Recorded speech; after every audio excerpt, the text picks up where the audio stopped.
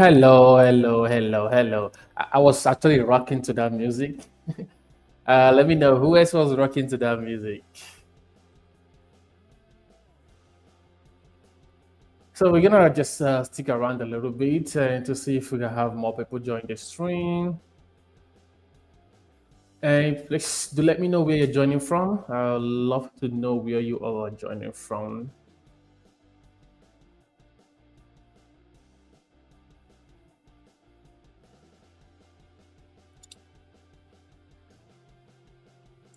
Hey, Soha, how are you doing today? Hi, from India. What time is it in India? Let me just check that real quick. Okay, that is 12:31 p.m. Okay. Yeah, where is early morning my time? 8 a.m. Nigerian time. And just having a cup of coffee.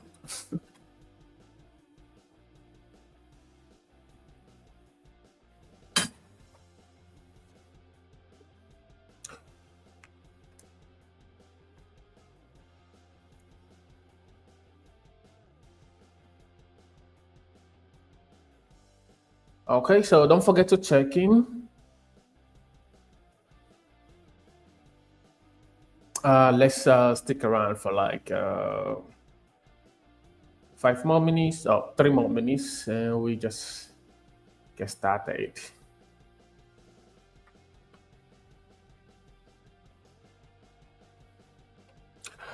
Uh, so if you're going to register for an AWS account, definitely you'll be needing a credit card for the registration.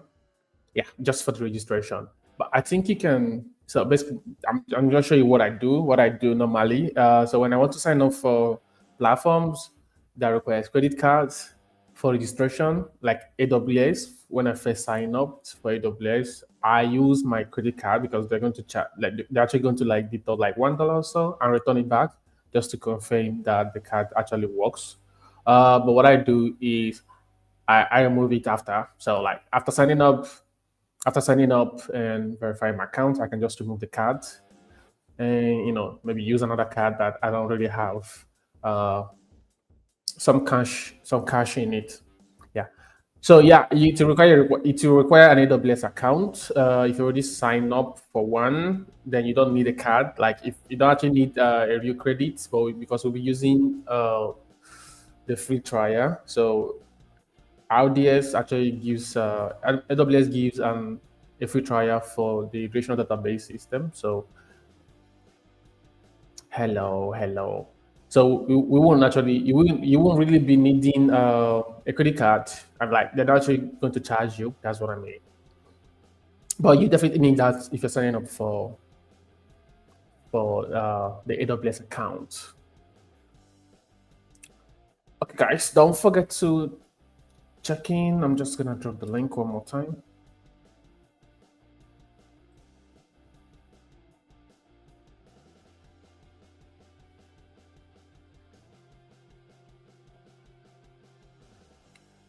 Hi, Amata. Where are you joining from? You're welcome, Sam.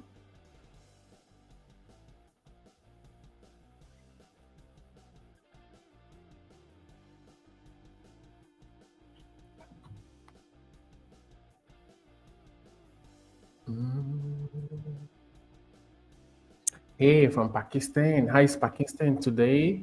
What time is it? Is it the same time zone with India?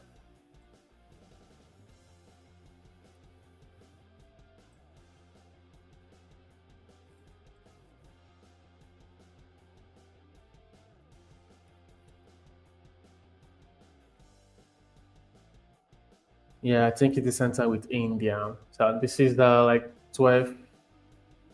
Yeah, I was asking if Pakistan time is the same with Indian time zone, and I think I just checked, and yeah, I think it's the same time zone.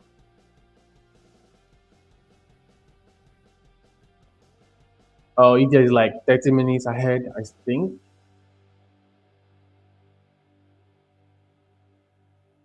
Oh, okay, 1 hour difference.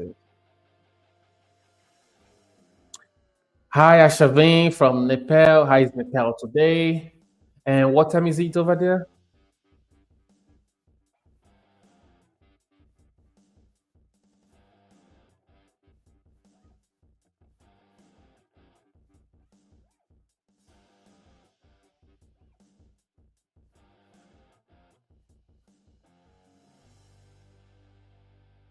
Okay, so 1 more minute and we'll just get started.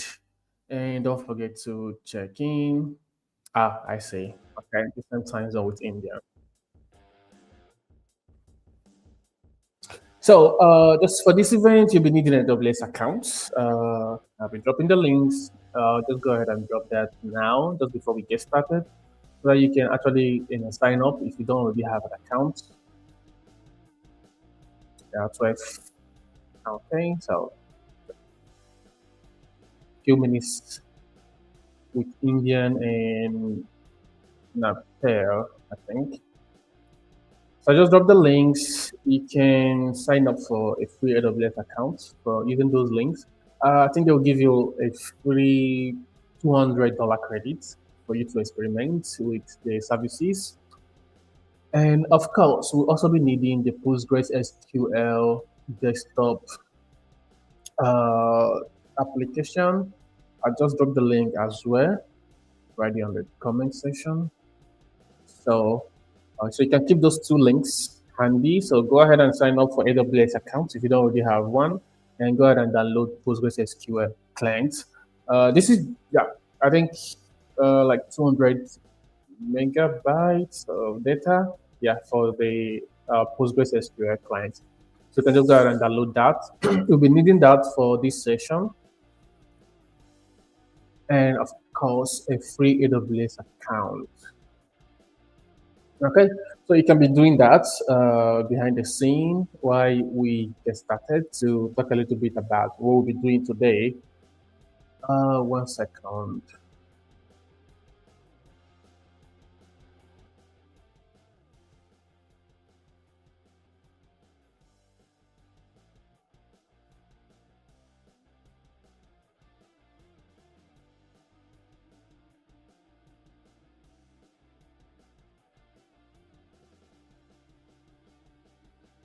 Okay, perfect.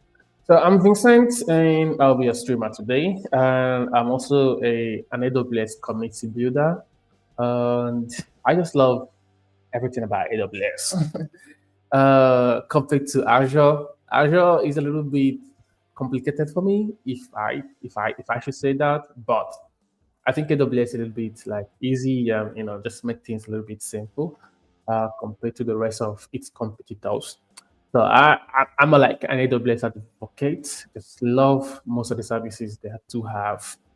And today we'll be looking at how we can actually host our own database on AWS. So AWS has a lot of services. I can't remember the exact number of services they have, but I think it's in thousands, if I'm correct. I'm just gonna Google that real quick.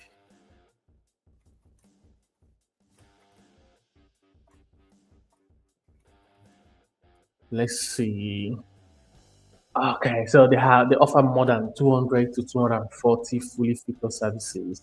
Yeah, so it's like more than 240. So that's a whole lot of services that AWS offers. Yeah, a whole lot of that. But yeah, I mean, they have services for mainly anything you can think of. And today we'll be focusing on relational database services. And we'll talk a little bit about that. We'll talk a little bit about how it's different from unstructured data. And of course, if you're just joining us, make sure you check in. And I dropped some links on the comment section for you to sign up for an AWS free account. I'm just going to show those links one more time. So go ahead and check in. Once you're done with that, make sure you sign up for a free AWS account. I just dropped the link. I'm going to drop the link one more time again, but you can see it on the screen. So you can just go to aws.amazon.com/free and sign up. They may require you to enter your credit card, but it's just for verification. So you can just enter your credit card for verification. I think they do deduct like it's not $1, it's like $0.1. So 1 cent. And they return it back. They return it back after just for verification. But yeah, what I normally do is this, because sometimes you may forget to remove services on AWS and they will end up billing you. So if you happen to have like two credit cards, or you can like create a virtual USD card or so, and after you must have done verification, you can just put in a different, maybe a virtual card that does not really have like cash on it, so that you don't exceed your free trials and get billed. Yeah, so I mean, I've been a victim of that. So yeah, I spin up an EC2, a virtual machine on AWS, and I totally forgot to turn it off. And yeah, I got billed. So, but yeah, so if you, after doing the registration with your credit cards, just for verification, they're just gonna deduct like 1 cent, $0.1 from it, which will be returned back to your account after the verification. It's like just takes like seconds. You can just go ahead and remove that card and just put in a new card, like a virtual card that you don't really use, so that you don't just make use of the services that are paid and get built unintentionally, right? Of course.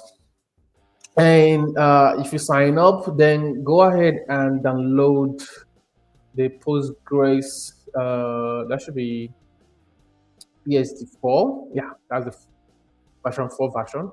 Uh, yeah, version 4. Go ahead and download that too. We'll be using that later in the stream to connect to our database and run some queries. So initially, I was going to introduce something called AWS or Amazon Query Studio, but then it doesn't really actually work with Postgres SQL, but it works with some other services. We'll see that in an action, some other, within the stream. But yeah, so we'll be using the Postgres SQL clients. We'll be it's just going to be alternative of what we're going to be doing today. So back to my discussion before that, I was talking about AWS having a lot of services on the cloud. They have like more than 240 services that you can actually make use of any day, anytime. So I think any services you can think of, when it comes to the tech ecosystem, I think AWS just offers that. They offers domain, virtual machines, Docker, Kubernetes, basically anything you can think of, platform as a services, SaaS, infrastructure as a service, just a whole lot of services, SMS, emails. They just offer a whole lot of services. Of course, there are AI, machine learning, bedrocks, and the rest of them.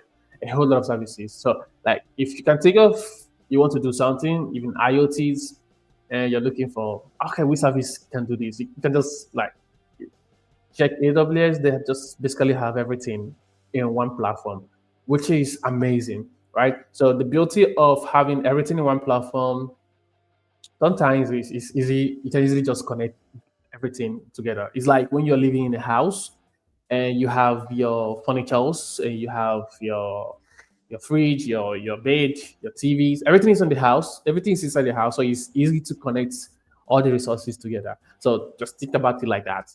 So, and yeah, instead of like renting or going out to get something and bring it to your house, everything is just within your house. You can just make use of it. So that's a typical example of AWS offering all these whole services in one cloud platform. So today we will actually be looking at one of the services, which is Amazon RDS. RDS simply stands for Relational Database Service. So we'll be looking at how we can actually spin up a database in AWS, how we can spin up a database in AWS, and we'll look at how we can actually connect it and how we can actually create security groups and VPCs as well. Just looking about the security perspective of it and how we can actually connect with it as well. Okay. So basically, we launch Amazon RDS, we learn some SQL basics. We're going to run some SQL commands. We're going to build a mini project together while doing that. So it's just going to be fun and amazing. So when I say we're going to build a mini project, it's not going to be like a front end project. So it's not really going to be a front end, something you click or see, but it's going to be a project that we're going to create. So we're going to look at how we can create a database. We're going to look at how we can create tables in the database. We're going to look at how we can create different tables, and we're going to look at how we can insert data into these tables. We're also going to look at how we can actually do a typical read, write, and update, right? So read, create, read, update, and delete. We're going to look at how can do the code operations also using, using SQL and communicating with the database all in the cloud. So we don't need to like download SQL or Postgres SQL on our local machine. So we're just going to host it on the cloud and we can communicate with it from anywhere. So the amazing thing here is, database is mainly the foundation of every single project out there. Like everything we deal on is all about databases. Banks, schools, the stream we are on right now, the data are stored somewhere. The information we just passing on the screen, they're all saved somewhere. So it's all about making a request to the database and getting those requests back. So we're going to look at it from a database administrator point of view, where you don't necessarily have to have like a dashboard where you click, where you can actually run the command directly, and perform the operations. So that's basically what we're going to be doing today. Okay, so you might be asking why Amazon RDS, why not others? Honestly, so Amazon, like I said before, Amazon actually offer a lot of services, and I think the services are very seamless. Their uptime, everybody claims 99%, and to be honest, technology fails us sometimes. So we must have been there must be a time like it happens almost every year, maybe twice in a year, where you see some services are done. Maybe Slack is done, and the reason Slack is done is because Slack is hosted in AWS, and because AWS is having a problem, maybe in a specific data center, and everything is done. So it happens. It happens with Azure, Google. I mean, there's some events that you can just prevent. But then apart from that, they're actually reliable. And there's always a way they help to fix that. You may notice when some services are done in specific regions, they're actually working in other regions. So this is actually where the beauty of what we call availability zones comes in, right? So AWS have services in data centers in different regions of the world, in the US, Asia, Africa. Yeah, they do in Africa. uh, yeah, I think I can just put that up, but I think they have a lot of data centers in different continents, and the beauty is when one is done, the data are actually backed up in the other data centers. So there's availability of data if it's actually not available in a specific data center. So if you're like, why Amazon? So Amazon is going to manage the boring stuff for you. So you host a database, you don't worry about backups. All you need to do is just like, okay, click backups, like ask them to back up, put a frequency when you want backups to happen. You don't have to worry about security. So think about you are trying to build your own database. You definitely need a big data center, some cool hardwares, some SSDs, a whole lot of storage in the SSD. You need some cold room too to cool the servers. You need power to power that 24/7. So it's gonna be a whole lot of work if you are trying to build your own database and maintain it. So AWS takes the boring stuff out of it. So you don't have to worry about security. Data centers are secured. The physical data centers are secured. All you have to worry is that just your own security. So example, I'm just gonna give you an example. All the services are secured. For example, your email address is secured, is hosted somewhere. It's a SaaS, right? It's a software as a service. You don't worry about the infrastructure. You don't worry about the data, like the physical data centers. You don't worry about the physical security of the data center. All you have to worry about is protecting your own authentication to the system. So the same thing when it comes to Amazon RDS. Amazon RDS is actually a platform as a service, not really a SaaS.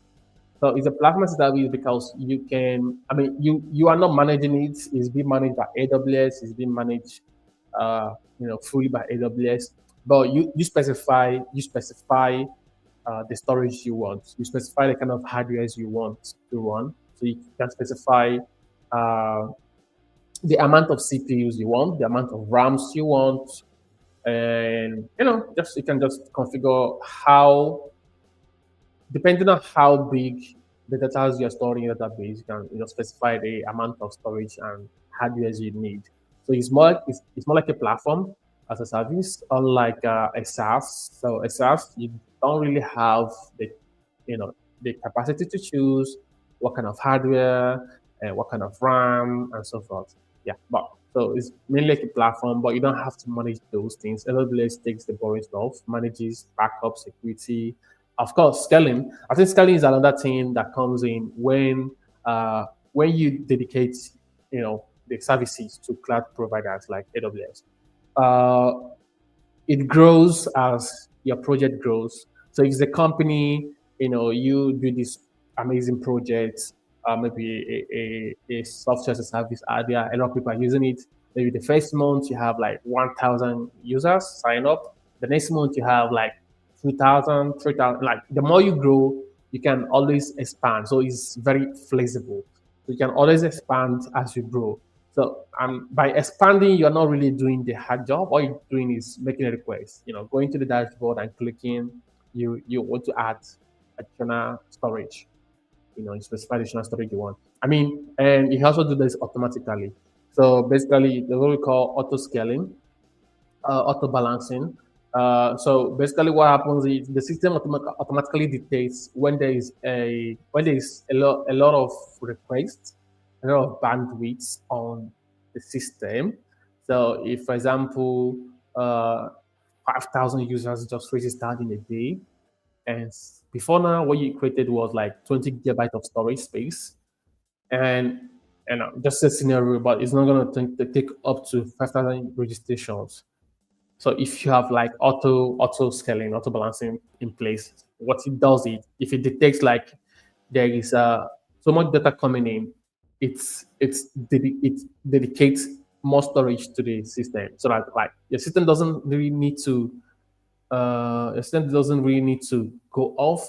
So someone says we locked in Daniel.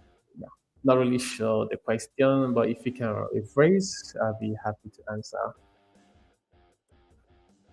Yeah. So the goal here is you just focus on your data and your queries and building, and AWS handles the rest of it for you. Okay. So our mini project is going to be just going to see how we can actually spin up an e-commerce order database. So you want to have like three tables: customers, orders, and insights. I think you can just have two tables: customers and orders, basically. And yeah, so we're gonna see how we can actually create that. And then finally, oh, excited for today's session. I'm as excited as you are. Yeah, so let's get keep it going. Okay, so what we're going to do is very simple. Just the demo architecture is from the browser, which is the console. We just create a database, and from there, we're supposed to use Query Editor version 2, but for some reasons, the version 2, yeah, I wanted this session to be everything on the cloud. Like I didn't want us to download any additional software, but unfortunately, we're just going to download the PG admin for unfortunately. I'm just going to drop the link again. I just added it on the screen. I'm just going to drop the link again. So you can download that before now. You can just click on download, leave it to be downloading. When it's done, install. And of course, sign up for a free AWS account. Okay. So initially, I just wanted everything to be on the cloud. Now, from console, we go to the query editor, but there's a limitation for the query editor. So the version 2, yeah, it's kind of new, so it doesn't really connect to databases for now. You have to import from an S3 bucket to it. So a little bit tricky. Yeah, not really going to work for our use case. But the legacy query editor, that's the version 1, does not connect to Postgres SQL. It only connects to what's it called? Yeah, I've forgotten the name, but we're going to see that in action. We're going to see exactly what I mean. Okay, so I think it's time for us to jump in and start doing the fun thing. So I'm going to share my other screen right now. 1 second. And I'm going to keep the stream right here so I can actually see comments when it comes in. And of course, sign up for a free AWS account. Have that on the screen.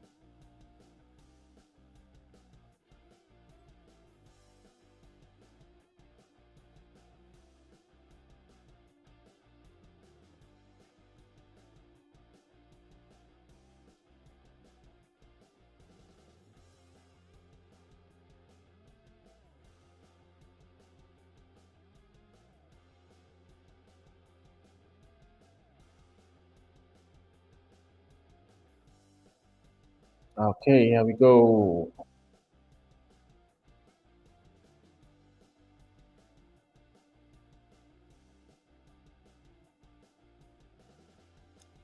Okay, so you should have, when you sign up, and done with registration.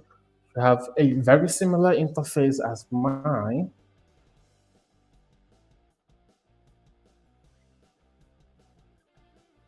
Yeah, so if you already have an account before now, if you've been joining my screen before, you should definitely have an account, AWS account now, because we've been doing mostly AWS streams with me so far.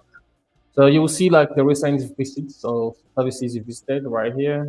Your course, you can actually customize the layout, add widgets the way you want. So, but I think there's like a default one, which I think is this, but you can actually customize how you want it and how you want it to look. Okay, so the console is actually very easy to navigate. If you're looking for any services, you just go to the search bar at the top right. I think that's top left, and you can just search for any service you're looking for. Okay. I'm gonna search for the query just to show you guys. So this is the query editor which I initially wanted us to use. We don't have to download any software, but it's not going to work. It's not actually going to allow me to, select existing database. So it only works with this database right here. Just give it a minute.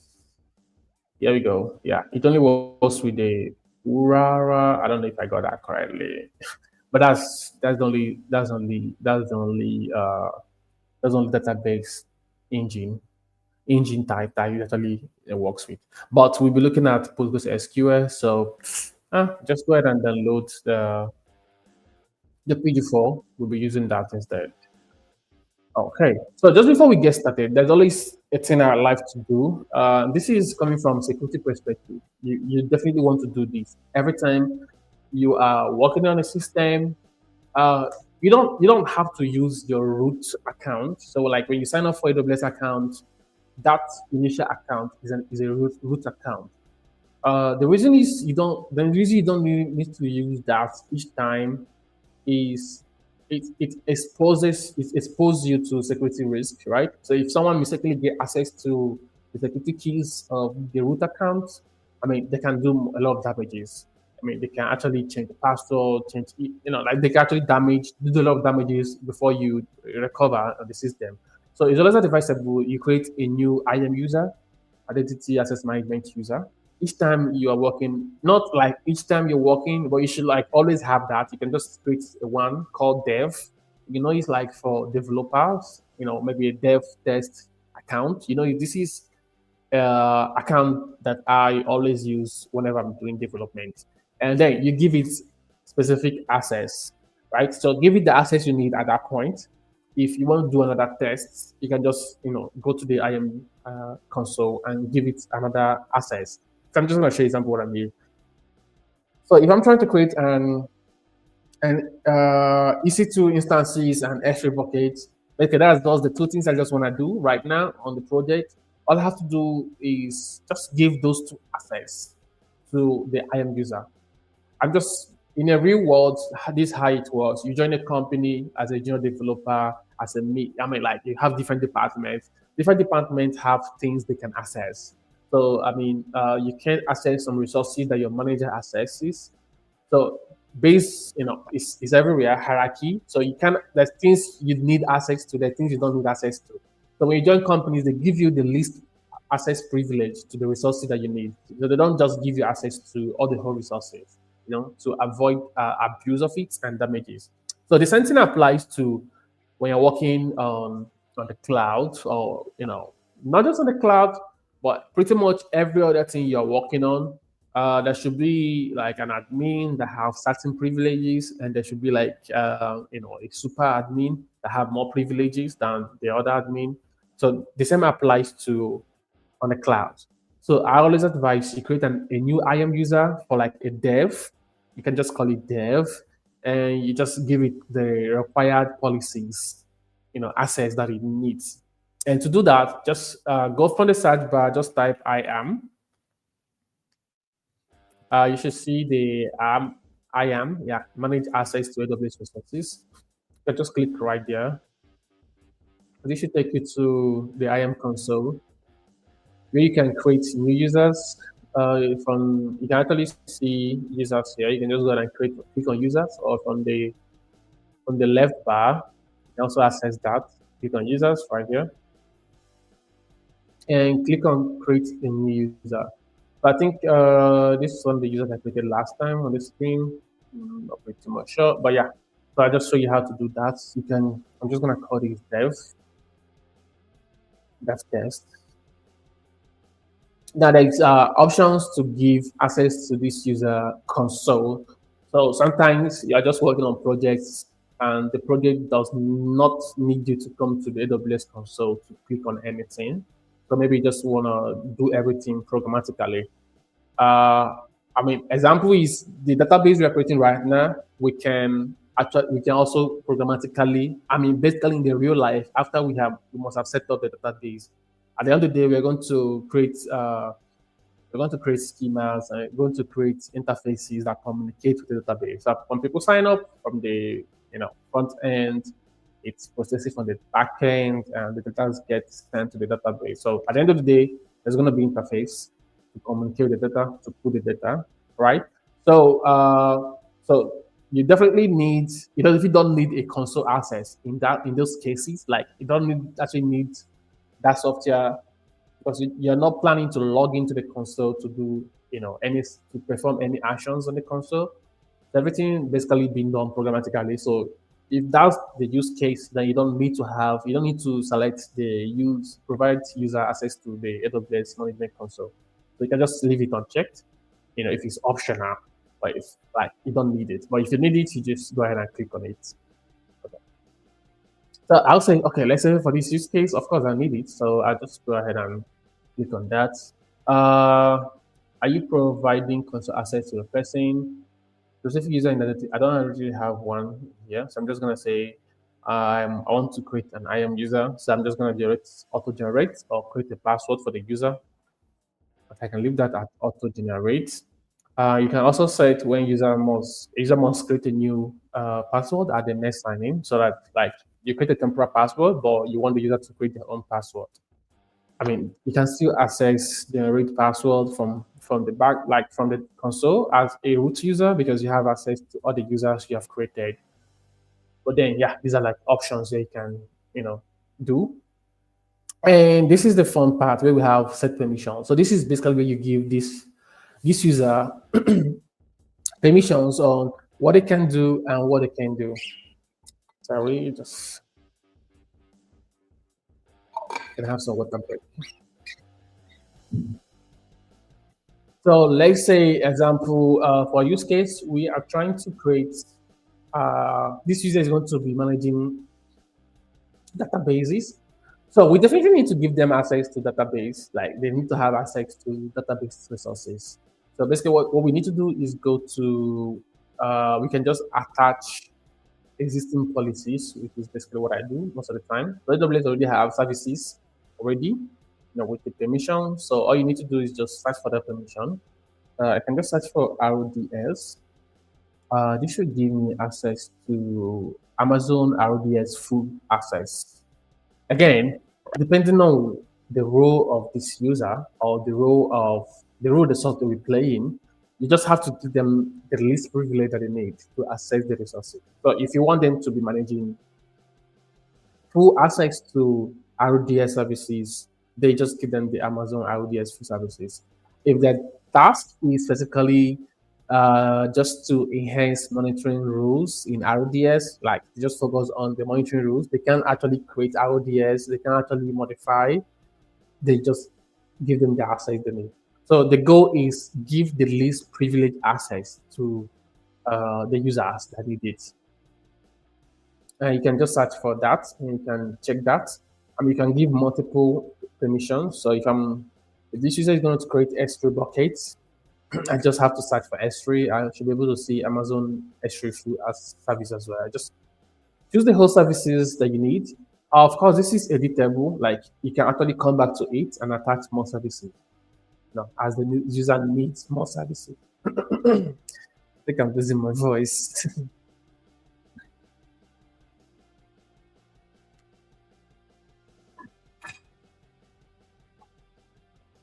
So once you have the services, the permissions attached, you can just go ahead and create a user. I'm just gonna do this as a sample. I don't necessarily need it, but I just want to show you how to do that. So once you have the user created, you will have so on the final page after the user has been created, you have the option to download the details of the user signing, which you can actually email to them. You can email the signing instructions. If you click on this should open on your default email client. So this is their username, this is their console password, and this is their console URL login. So they can just log into the console, put their username and password, and they'll have access to all the those services that you have, given them. So they won't have access to do other things. Like this user will not have access to create virtual machines or use other AWS services. They'll just have access to just two things, which is RDS and S3 buckets. So this is an example of giving the least privileged access to the user that needs it. So always do this. So you can just create a user if it's a test user. Also advisable, create the test user, give it full access. If it's your own test user, you can just give it full access. If you don't want to like specifically give different services, if you like you're experimenting with a lot of things, you don't want to specifically add all those services, all those permissions. You can just give yourself full admin access. So if you go to the permissions, you're able to see that. I'm just gonna go to return to user list, continue. I'll open this user we just created right now. So right here in permissions, this is the permissions they have. I can click on add permissions and I can add permissions. So I can add more permissions to the user. Attach policies directly. I can search for full admin access. That should be admin. No, let's see admin. Yeah, so you should be able to see administrator access. So this gives you access to all the host services, like a full access to all the host services in AWS. Okay. Okay. So you can always delete a user if there is a need to. You can also create a new credentials for the user. So if you want to reset your login details, you can do that. So even though the user has a console access, you can also generate an access key. The access key is basically what the user can actually use to communicate with the AWS resources programmatically or from the terminal. So from the user, when you go to the security credentials, you scroll down under access keys, you can be able to create one here. This will give you the access key and access secret key. I think that's the two things you need to communicate with the resources in AWS console programmatically. Okay, so with that covered, let's dive in and create an RDS. So I'm just going to go to the search bar. Before I do that, I'll go ahead and delete this user I just created. Just mark the user and I hit delete. Ask me to confirm. I'll just copy that keyword and confirm.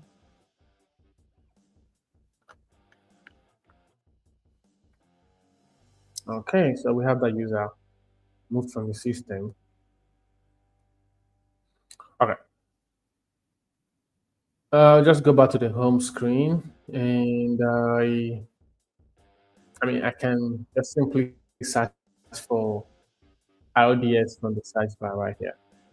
But I have it already open somewhere here, but I'll just go ahead and do that. RDS. They have the URL and RDS. I think URL is actually like an Amazon database type of SQL engine. So that is why it's like mainly supported within their query editor compared to other instances. Okay, so you should have a dashboard like this when you search for RDS and click on that. And just so I point this out, when you're creating a resources in AWS, the region you are in is the region you have right here on the top right is the region all the services you are creating will live on. So if I select a different region right here, that would be the default region for any service I create right on those regions, right? Yeah. And yeah, so that's it. So regions, does it matter?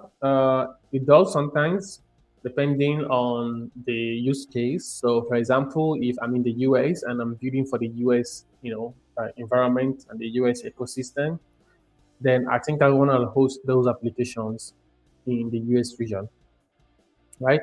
If I'm in Africa, I'm in Asia, and I'm building for the Asia community and the Asia customers, I think I want the resources to be in Asia so that it's easy accessible, to the customers who need it. So the same applies to Europe, and I don't think they have Africa. They should. I used to see South Africa somewhere here. Mm. There are 17 regions that are not enabled for this account. Okay, yeah, but they do have for Africa. They do have South Africa. They do have data center in South Africa. I think you definitely just have to like reach out or something. If I click on this, I think it will take me to somewhere I can enable region, click on the manage. Yeah, I think I can click on manage and make a request of those. Yeah. So that works. So it's all about where you are hosting your applications, where your customers are, and who your customers are, and how you want them to access the data as quick as possible. Okay, so moving on, we are going to create a database. So from this page, you can click on databases from the side. You can also just click on create a database right here. And you'll see a note showing you exactly where your database will be hosted, which is the US East one, because that is what I choose here. So if I change that, let's say California, which is US West one, they will automatically change where I'm hosting my application or my database right here. Okay. So you may be asking, is there a specific region, like is there an advantage apart from like where your customers are and getting the services closer to them? The other things is some services are available in specific regions while others are not. So it happens. So there are services that you can only access if it's in a specific region, and the services you can access in a specific region.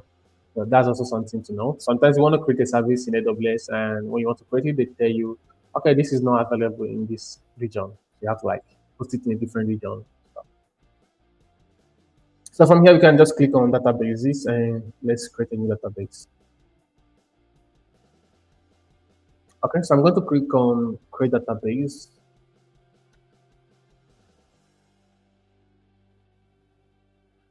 Let's see, I should have a name. So we have the very easiest configuration where you can select easy create. I think it does most of the configurations for you and you just click on create database. But if you want to do most of the configurations, so select the standard create. So we'll be using the Postgres SQL. So all these engines here, they're all SQLs. I'm trying to look for a better example to actually define quickly what they do. I mean, they're all SQLs. They're all structured query languages. Uh, okay, I think it's like let's say if you are a web developer and you write JavaScript, and then JavaScript has a lot of frameworks, React, Angular, and the rest of them. At the end of the day, they are all JavaScript, right? But they are different frameworks, and they have like different kind of components and how they look. Their sentences could be different, but at the end of the day, they are all JavaScript, behind the scene. So that's pretty much what the engines here are. So at the end of the day, they're still SQL, but with like different companies. Oracle has their own, IBM, Microsoft, MariaDB, and the rest of them. But they are all structured language, and they all you can communicate with them using SQL. So we focus on Postgres SQL. It has already been very popular over the years, and just before we continue creating this, just want to look a little bit about differences between SQL and non-SQL. So SQL like structured data, right? Really structured data. When we talk about structured data, talking about tables, look at from an Excel sheet perspective, where you have rows and columns, and each row has a specific data that goes in. So, for example, what goes in here are numbers. What goes in here are, let's say, characters. What goes in here could be like dates. So you can't put something else inside here. So it just have to be structured. And mostly, enterprise applications, legacy applications, banking systems, yeah, they all use structured languages, SQL, for most of the databases. Yeah. Uh, that doesn't mean that banks that don't use that. A lot of fintechs these days do use non-SQL.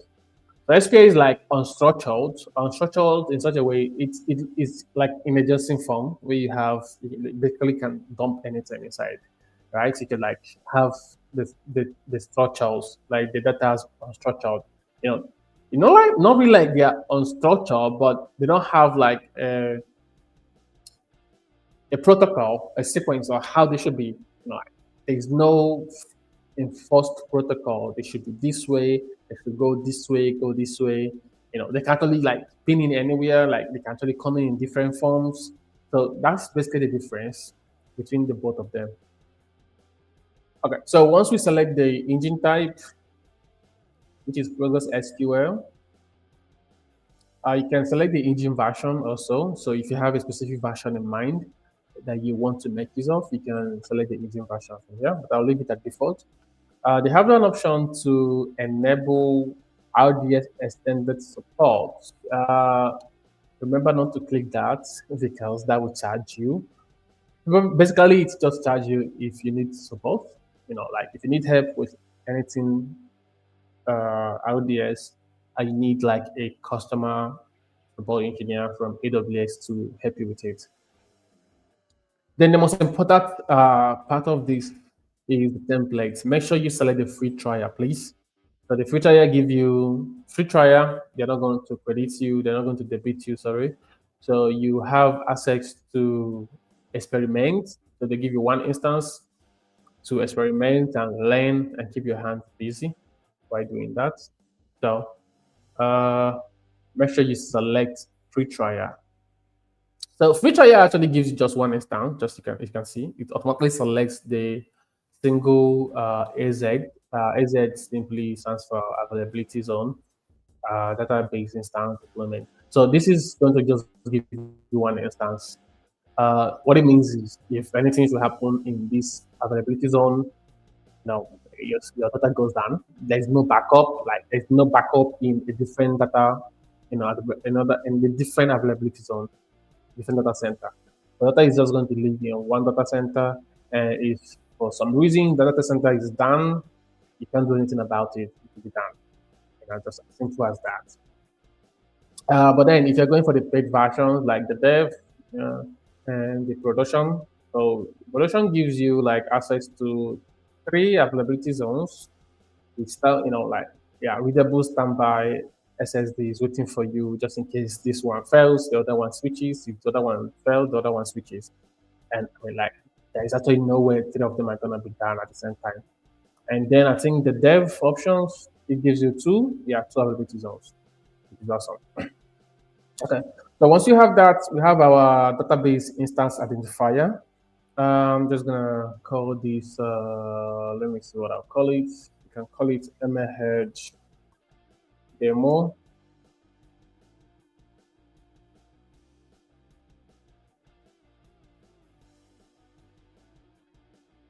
We can call it MH RDS demo. Okay. But I'm gonna keep it all lowercase. RDS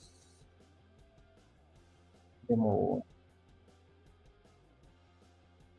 Okay, so this asks for the credential settings, the master username. This is basically the username you use to log in and sign out. So I just call it MH admin. I just use this. I can just call it admin. If that works for you. For the credential management, you You can use the Amazon AWS Secrets Manager to secure the credentials, blah blah blah. But I want us to have a database because we'll be using this to communicate externally. So I want us to create like a username and password for that. So select the self-managed. You can just auto-generate. I mean, I love to do that if I don't want to worry about the password configuration so much. So this will give me like a very strong auto-generated password, which you will see after creating the credentials. Okay. For the instance configurations, automatically to give you the DB T4G micro. I'll just explain exactly what these things are. So this is like when you buy your new MacBook or your new PC, it comes with a specific CPU cores, RAM, and yeah, probably those two things. The CPU, the processor, basically, the random access memory. So that's the same thing here. You're just configuring those resources right here. So if you look at some of them are not clickable because we're using the free version. So they're just going to give us one or two availabilities that are available in the free version.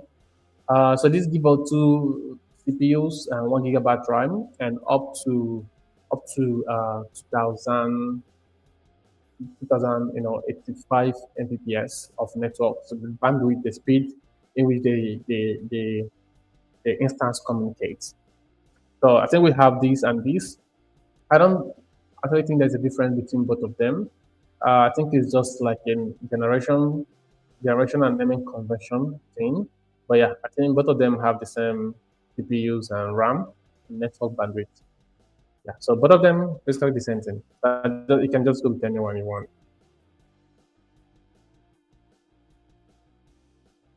And then for the storage, because you are using free trial, so just stick to the 20 gigabytes, which is default for free trial. If you try to go above that, they may end up charging you for that. So you can just use 20 gigabytes for the purpose of this. But this is where you configure the type of storage you want, and you can go as much as 6,000 gigabytes or more. But I think the allocated storage value must be 20. Like the minimum is 20 gigabytes. And more. You can also do additional configuration settings right here, but we'll leave that. For connectivity, so this is actually where it's very, very important. This is where you basically configure how you communicate, how you're going to be communicating with the system, like with the database.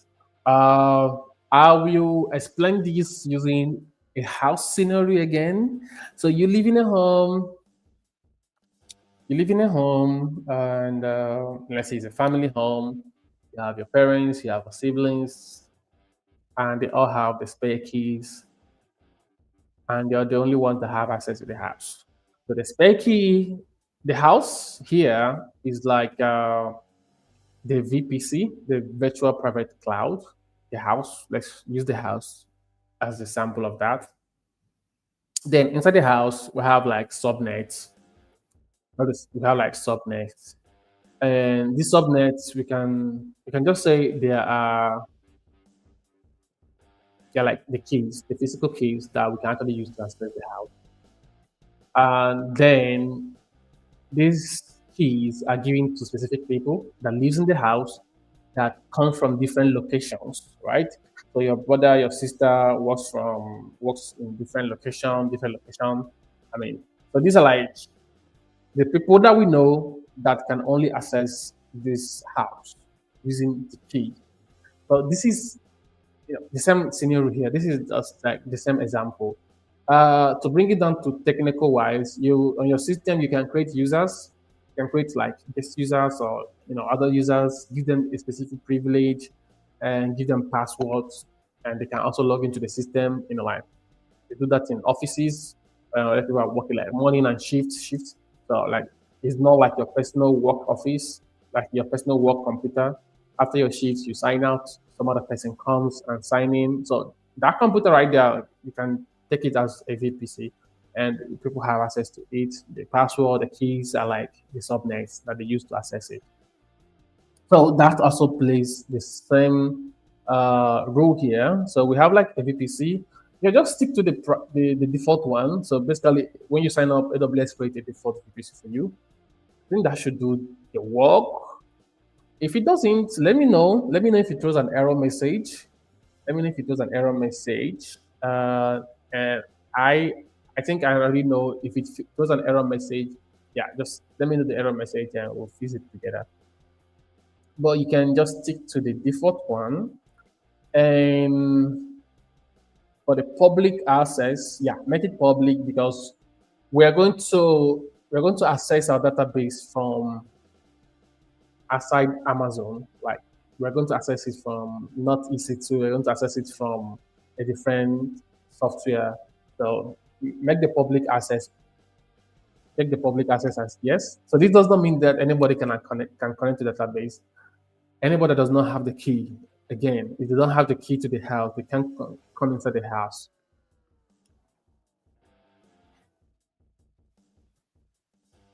Okay, so public access, yes.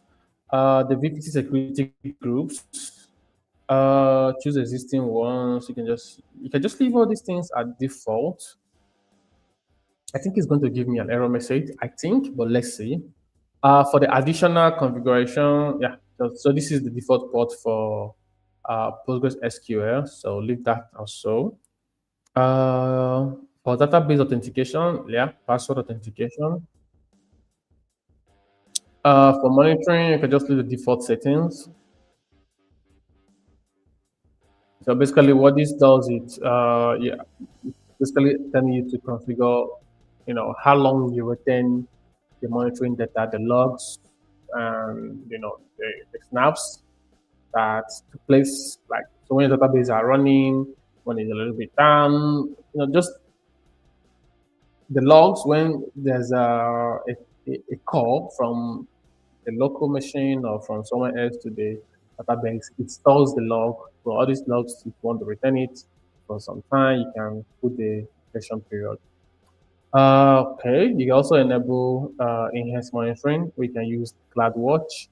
CloudWatch and the DevOps Guru. These guys are like CCTV. They just captures every single thing that happens backs, just that does the work. Like CloudWatch, it's just watching for every incident. It has a movement in the database. It captures the movement so that you can actually use that for I don't know analysis. Like if there's an incident, you want to go back to when it happened and stuff like that. So it's more like a log, the same way your phone logs work and the rest of the application logs work. So you can also enable those if you want to. Then for additional configuration, give it an initial database name. So we'll call this. So we can give it any name we want right now. I think at default it's going to be SQL if we don't give it a name. So I'll just go ahead and keep this RDS demo.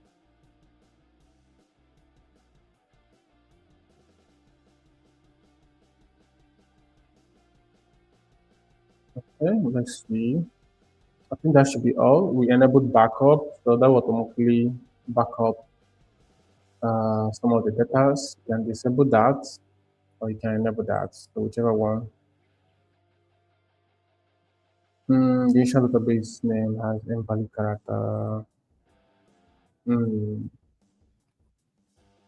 Why does it have invalid character? I'm just gonna call this MAH shop. Let me see if that works. Okay. So we have this option, a very sensitive and big option here. So enable deletion protection.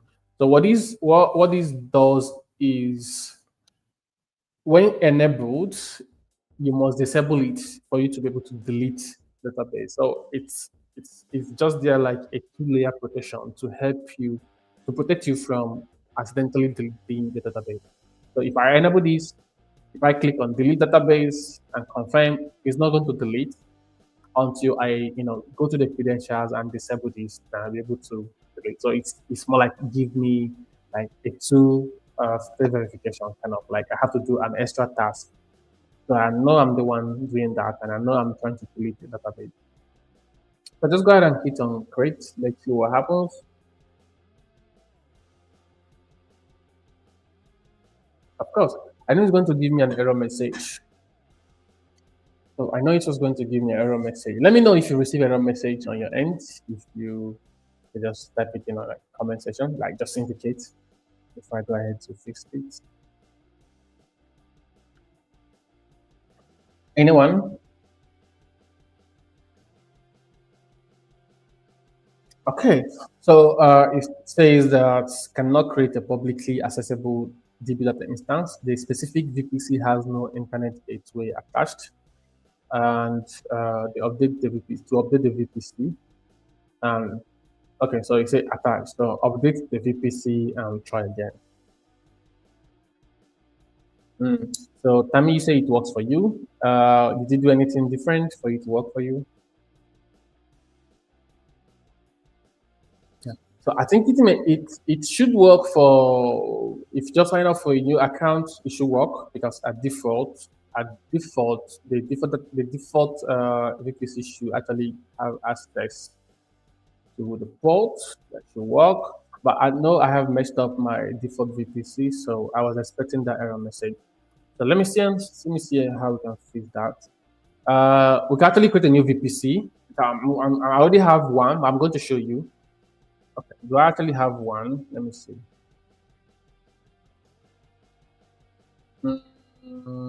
Existing VPC. Yeah, I do have one already that I have created that I can use, but let me show you how you can actually create one.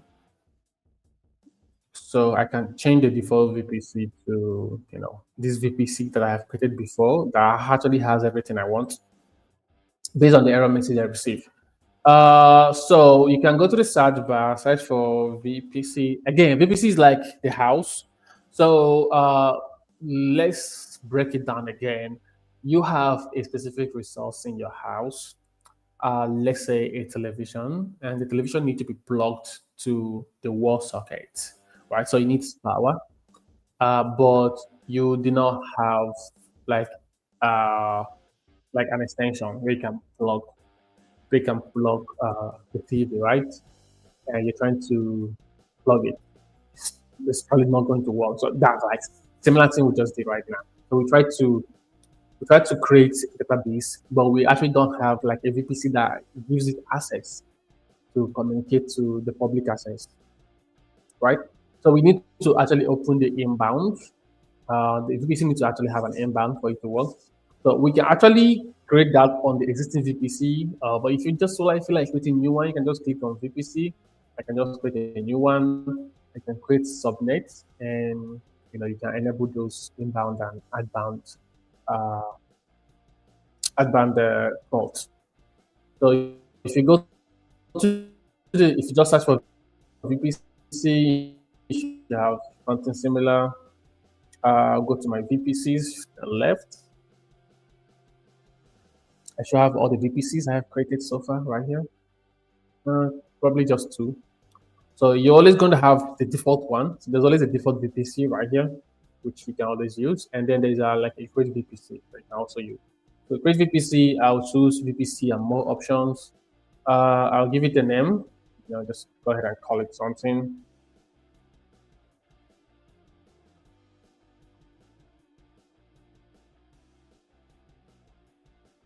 And okay, let's see. So, well, leave all these default for the number of availabilities only. You can just leave it at 2. I can make it 3. And I think that's all.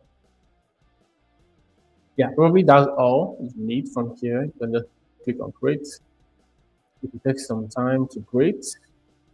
Once it's done, we're going to still go back to the VPC we just created and make some changes to the subnet.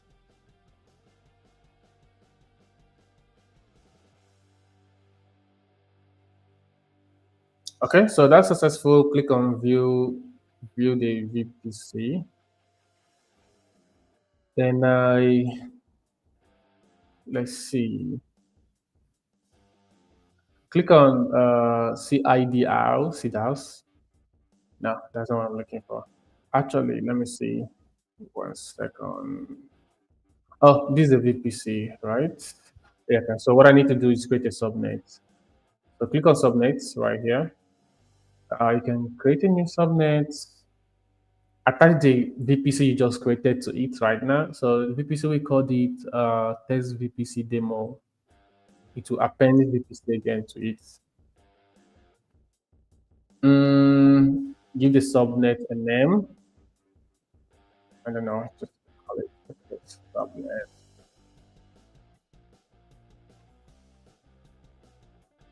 For availability zone, then use ES1 or I say no preferences.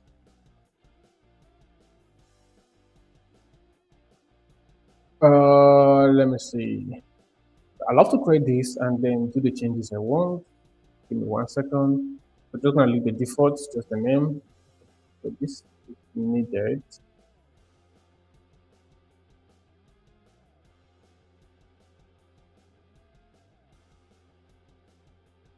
So I'm not pretty sure. I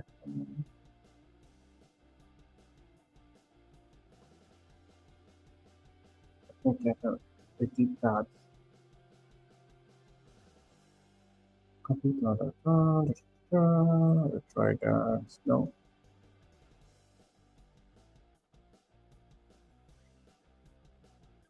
Oh, my bad. My bad. So what I'm supposed to create here is a security group, not a subnet. Sorry. I'm supposed to create a security group right here.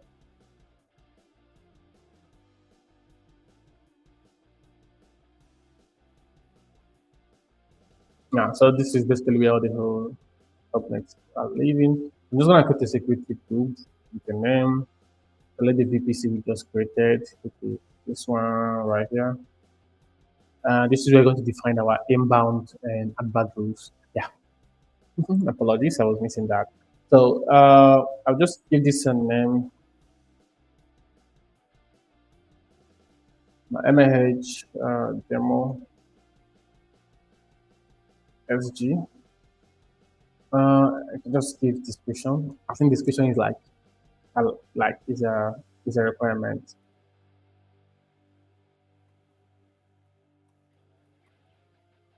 Okay, so select the subnets. For the inbound rule, click on add rule. So here I think we can keep everything as white card for the inbound. But I think the most important thing here we need is the outbound. So we want to make sure this is SQL, Postgres SQL right here. So automatically that gives you the port. Again, so if you are again, so basically in the real world, you don't want to say this to anywhere. Like you don't actually want to do that. But for this case, you're just going to do that. But you don't want to do this. You can actually use a specific IP address, like a custom IP address, where your applications are hosted. So like you host your applications, it has a custom ID, sorry, it has a custom IP address, and you just want to make sure that it's only from that that specific IP address that the software has that can communicate with the database, right? I'm just going to give you an example. You have an application, the application communicates with the database. To make sure you avoid, compromise, you want to make sure that it's only from the application that the database can be accessed. So you can't access the database unless it's from the application. So the application is hosted on a specific IP address, of course. So you just have to take the IP address and put it in here. So you just want to be communicated. You just want the database to be accessed through the IP address.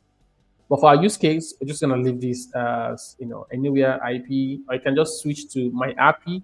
That would automatically detect your IP address and add it for you right there. But if let's see, yeah, so it will automatically detect your IP address and it will add it there for you. But then we're just gonna keep it anywhere so that the database can just go through just for the sake of the stream. For Yeah, for this custom TCP, we can just leave this anywhere also. So we just want to have like a seamless communications. But in the real world, you definitely want to definitely want to define, where your data are going out from and where they're coming in from. Like you actually want to identify, the IP addresses that can communicate to the database. So for security reasons, you definitely want to do that in a real life. Okay, so with that in place, you can just go ahead and click on create security group, and that should create.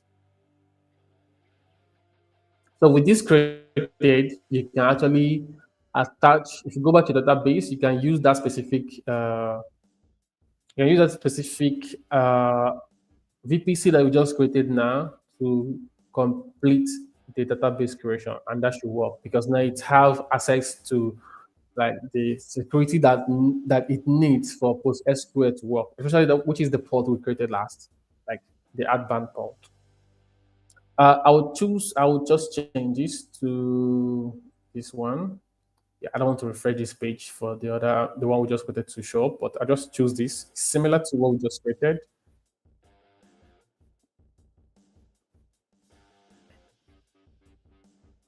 And I think that should,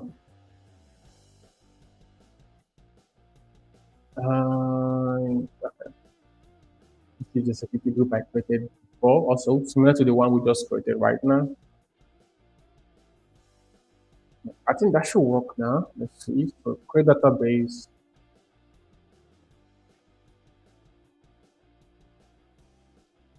Yeah, so that works. I just close this. So you see, creating. So it's gonna take some minutes, few minutes. Actually, it takes a while to create. So I mean, you can stretch off. This is like a time for you to stretch and have some tea, have some coffee, have some water while waiting for the instance to create. So this is gonna take some time because behind the scene is creating a lot of services like EC2 behind the scene that holds the database and so forth. So it's actually going to take some time. I'm going to increase the music. If you have questions while we are waiting for this, go ahead and ask me.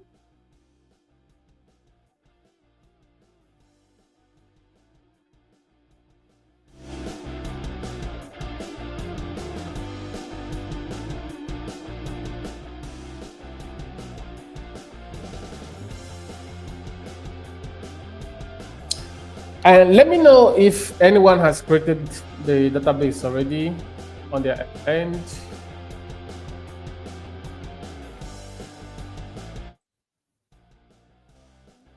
So I want to know if anyone on the comment section, let me know if you have already created a database successfully.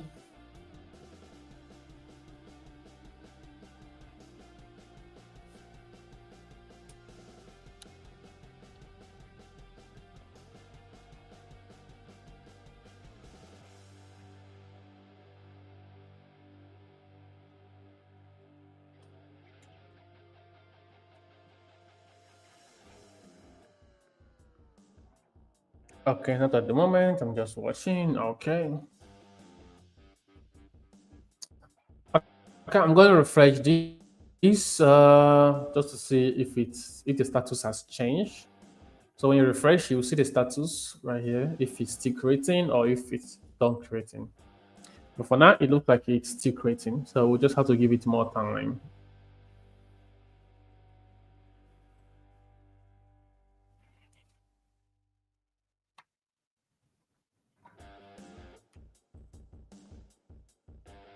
By the way, if you're following me, you can just go ahead and, if you already have yours created, let me know in the comment section. If you're creating, also let me know on the comment section.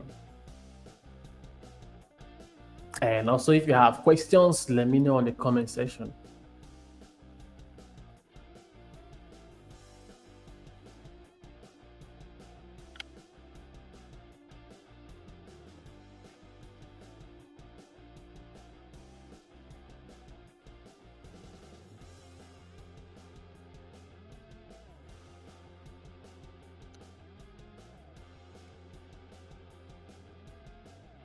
Okay, let me refresh again and see what we have. Okay, still creating, but I think it's closed. So we have this we have the CPU frequency here. So let's see what we have still creating.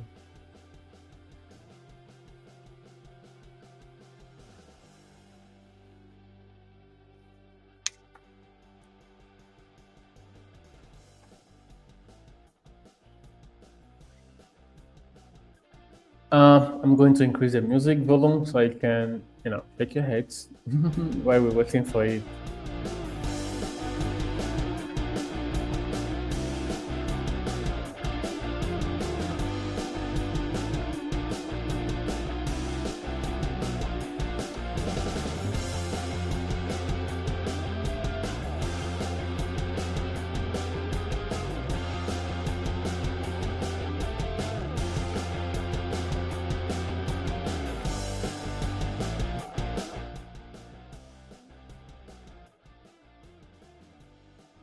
Okay, so I also wanted to ask, okay, database has been created, but now it's being configured. So it's going to take few minutes also. So we still have to wait a little bit. While we're on that, I want to know if any of you on the stream have used any AWS services. Let me know the service you have used. Let me know what you think about the service also.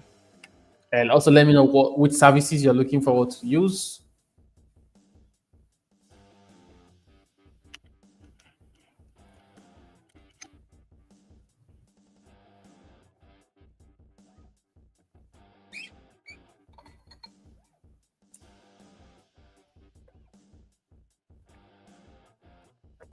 Okay, and here we go. The status has changed to available. So that means our database has been created. I'm just gonna refresh this, but yeah, it has been created and is available, and we can go ahead and make use of it. So this is the time for us to open our software, the PG admin 4. But before we do that, I'm just gonna open that behind the scene. I'll share that on my screen later on. From the screen, you can see you can click on View Connection Details. This should give you access to the username that you created earlier for the this thing for the database, and this should also give you the master password and of course the endpoint that you can actually use to connect to it.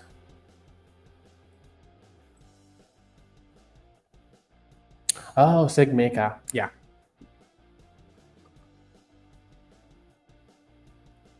Okay, good to know. I haven't really used SageMaker, but I think I have tried to, yeah, but didn't really use it.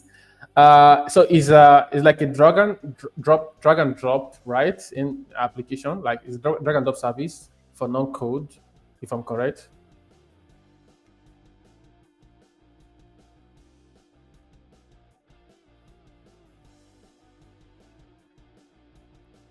Okay, so just make sure you back up this. So make sure you copy the username. I'm just gonna copy this and put it on a notepad so that I can make use of it. So I'm just gonna use that right here.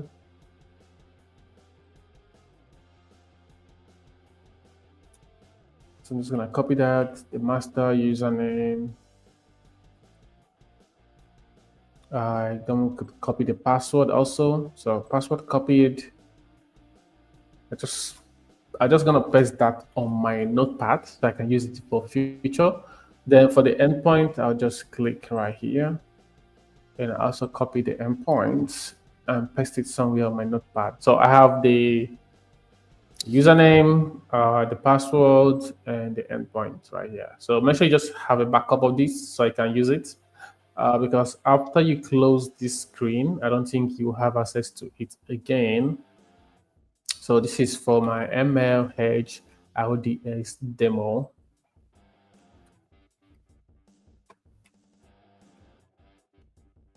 Okay, so I have all the details I need. I'm go ahead and click on close, and I can close this.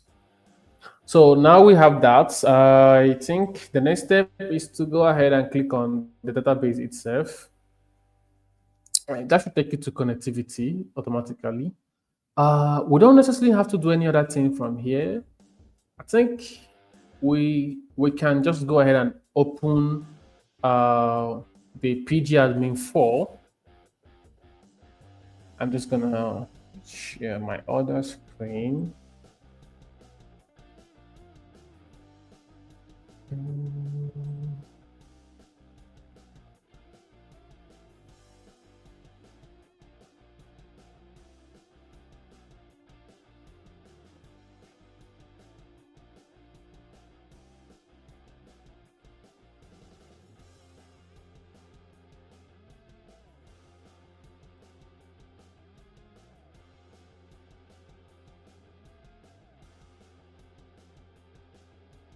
Okay, so this is what pgadmin looks like the first time you opened it.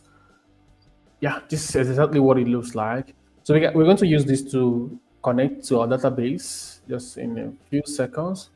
So all you need to do is on the server, you see an automatic server here. Just right click on that and click on register, then click on server. So for the name, this will be your endpoint that we copied earlier. So go ahead and paste that endpoint right there. Okay, give me 1 second. Yeah, so I think I made a mistake there. So this should be, just give it a name. It could be, I just call it the MLH RDS demo. That's what I'll call it. And on that for general, this is just a name for that.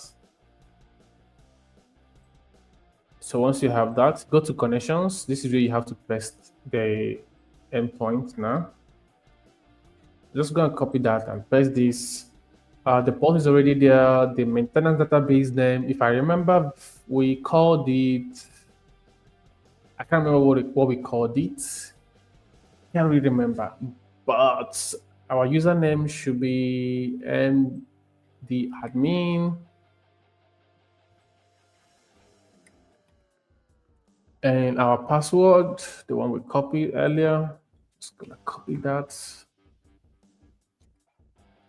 and paste that right here. Okay, so once I have that, I'm just gonna save the password so that I don't have to enter it over and over again. For the maintenance database, I can't remember what we called it, but Postgres we always work. Yeah, I see your message, Tammy. So it's an end-to-end machine learning without writing code. Yeah. Yeah, Patty Rock. Yeah, I remember Patty Rock. What did I specifically? I was using Patty Rock to create a resume revamp kind of software. So I just like give it my. I created a resume revamp software there. I gave it my resume. I basically tell it to act like a coach stuff. Yeah, it was fun, but it's been a long time I used it. Okay, so once you have your endpoints, the username and the password, you can go ahead and click on save. So it will save and it will try to connect automatically to the database. If it's successful, we will know. If it is not, we will also know. Unable to connect to server. Connection timeout expired. What could be the problem? I am gazing the Postgres here, but let me see. I'm going to go back to, I'll go back to our console. Let's see what we have right there.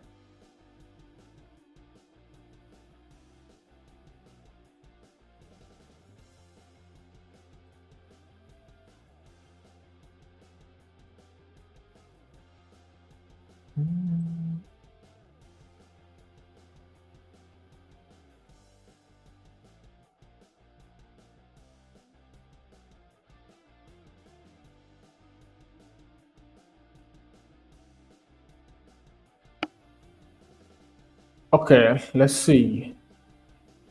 So this is the identifier. So it should be MH RDS demo. So I'm going to copy that and I just go back to our database.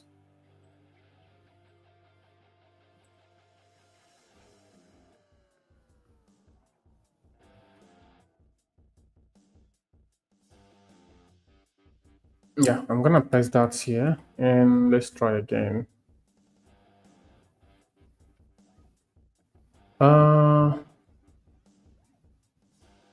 Get additional info failed.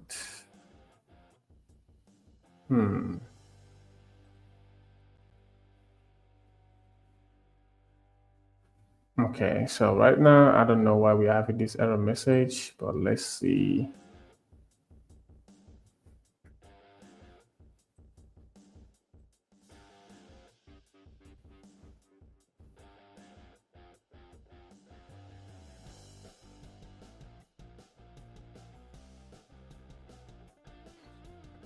Unable to connect to server again. Okay, I'm just gonna make sure the password and the admins are correct, which I believe it is. So this is the username.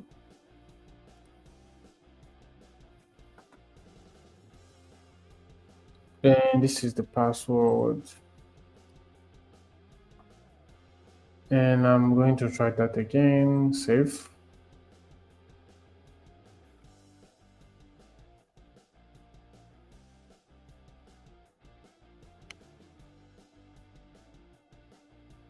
Unable to connect to server, connection timeout. Okay, let me try to change the maintenance name again. If that does not work, then we need to go back to the console and fix that.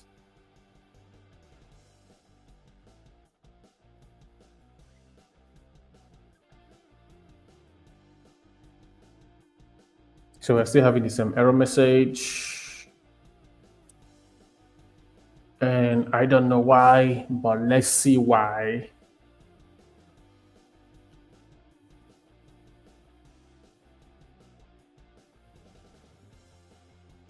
Okay, still not working. So one more try. Yep, that does not work.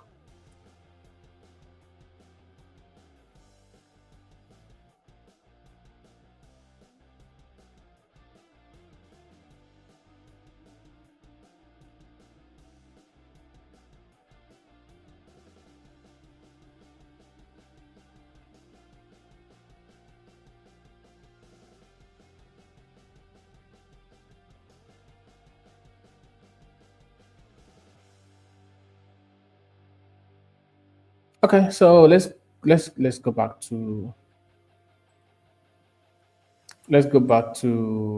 one second. Let's go back to the console and see what we are missing.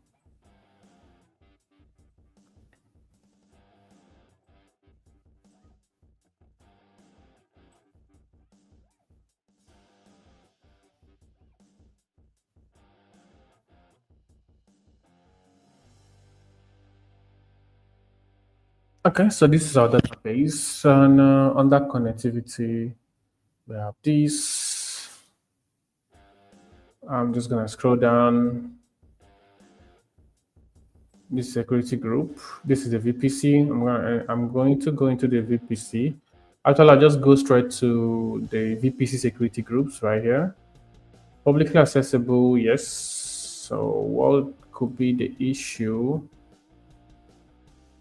Ah, I see. I see. So this is our security group. So the issue is actually with our security group. Our outbound does not have access to the port five. What's it called? Yeah, five five 5432. That's the reason. So I'm gonna edit that. Let me see. That should be the outbound right here.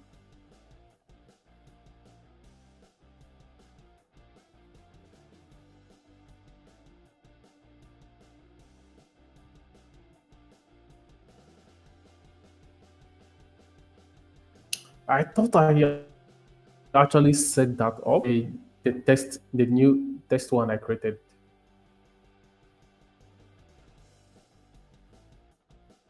Yeah, it was on the test one. Okay, I'm going to open this. Yeah, I think we have that already. Oh, in the inbound, that should be outbound, not inbound.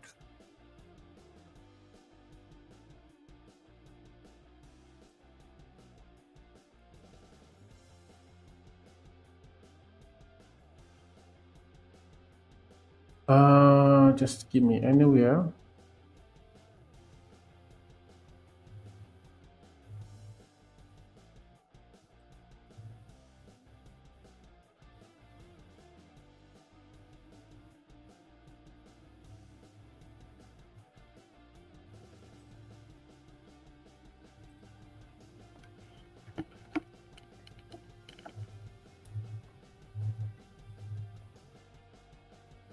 Okay, so I think that should be for the outbound. For the inbound, we don't necessarily have this. It should be custom TCP. It should be okay. Give me 1 second. I'm gonna see what we have somewhere here. So just go to security group. Was this the one I just created right now?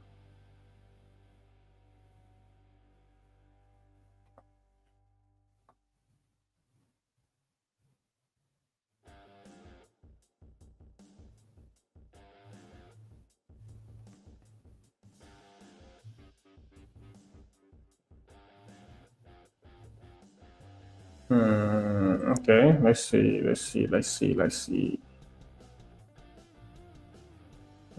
should be the one we just created.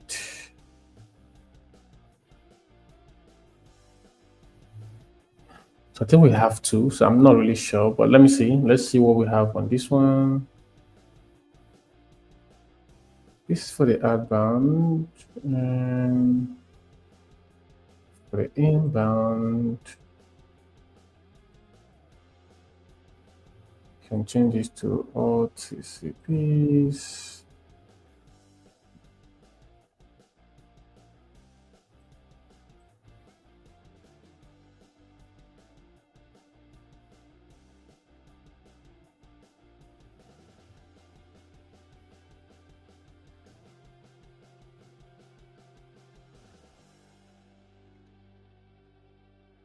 Come on.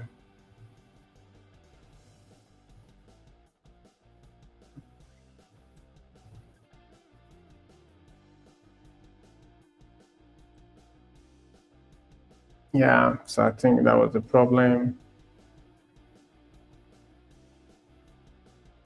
Let me see what we have here. It should be 0, custom TCP.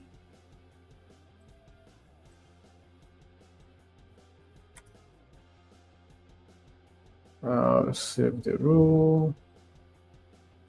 Be anywhere. If you leave that custom or anywhere, that works.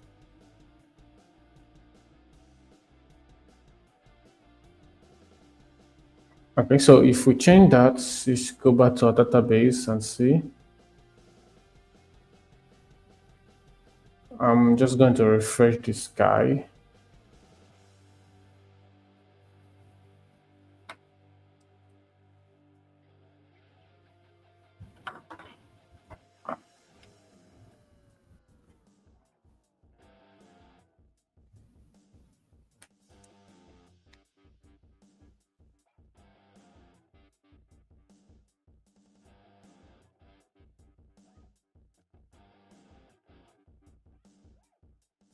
So I'm just going to check if this changed. It should, because I just changed it. But let me confirm that.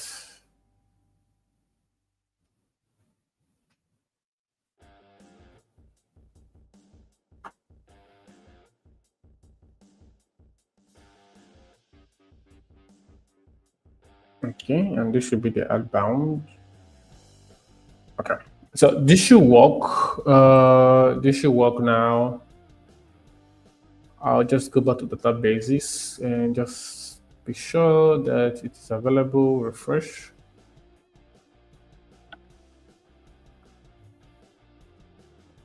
Okay, so let's go back to. I'm just going to share the entire screen, so we don't need to go front and back.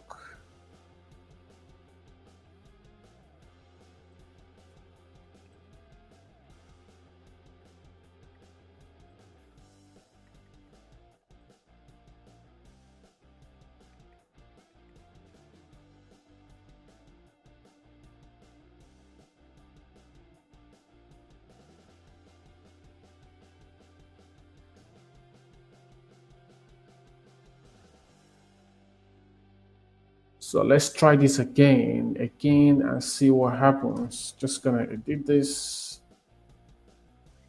Sorry, that should be N. This should actually work now.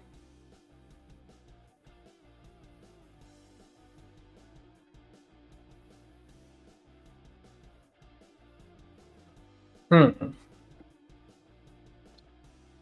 that's a little bit strange, but let's figure it out. I'm going to change the instance name to from progress to this. Click on save.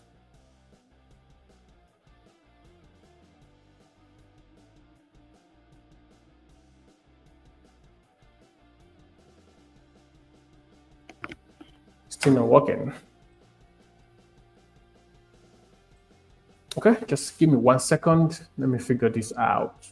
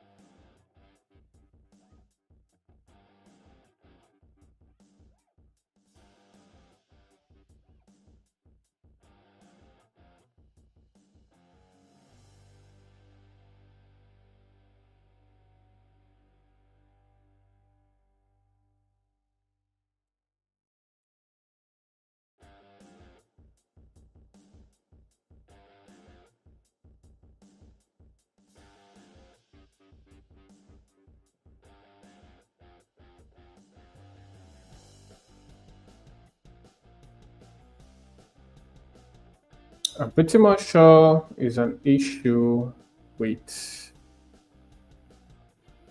the security, but let's see. 1 second.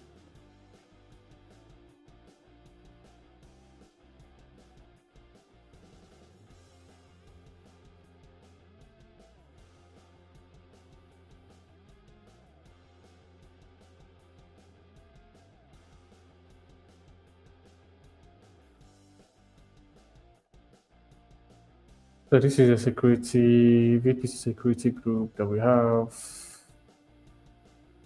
This security rules. This is a security group. So I just go to the group. Let's see.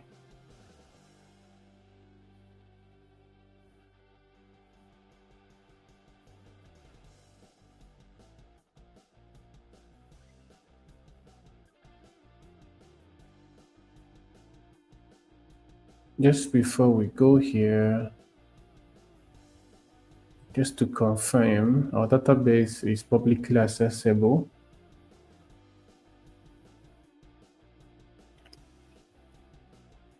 So databases, user database, is it publicly accessible? Yes, it is. Okay. Uh,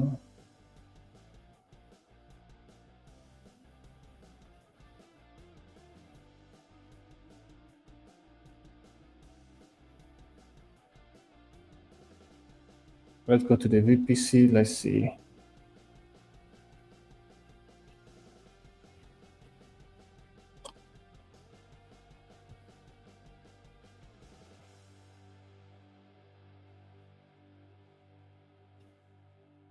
Actually, what I'm going to do right now is create a subnet. Let me see.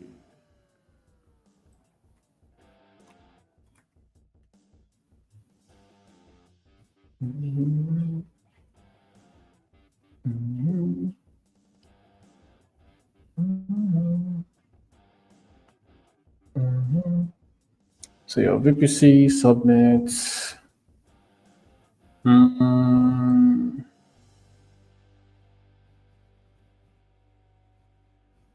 I'm just going to create a new one just to be sure. I'm going to select the VPC that we created a few minutes ago. Now I'm not pretty sure which of the VPC we created. I believe should be this.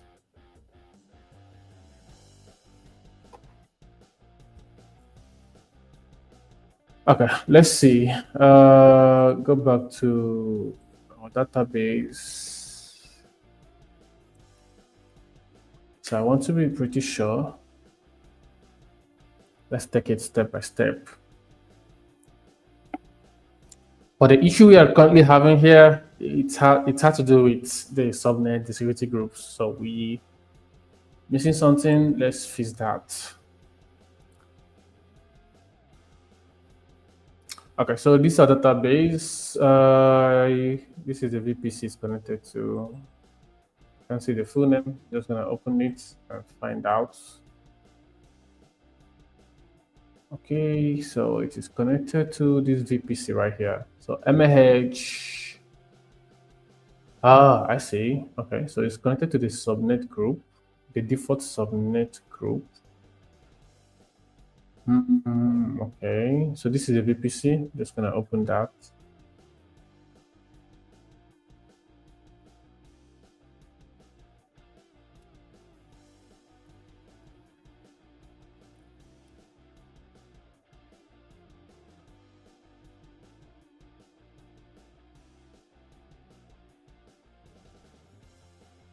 Okay, I'm gonna create a new VPC. Just call it RDS VPC availability zone. Not necessary. What next? What next?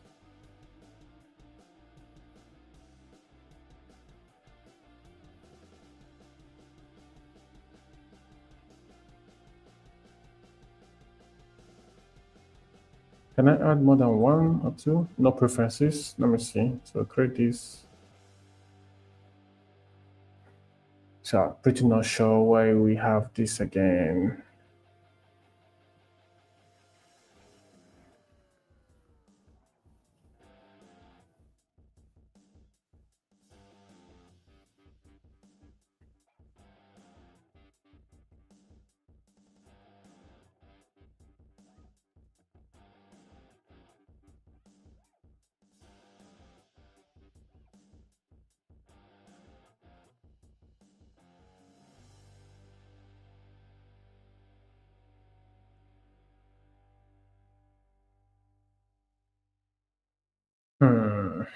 Okay, let me see what we can do. So this is the VPC. Let me see the subnet. Everything looks fine here. So we have this, show all.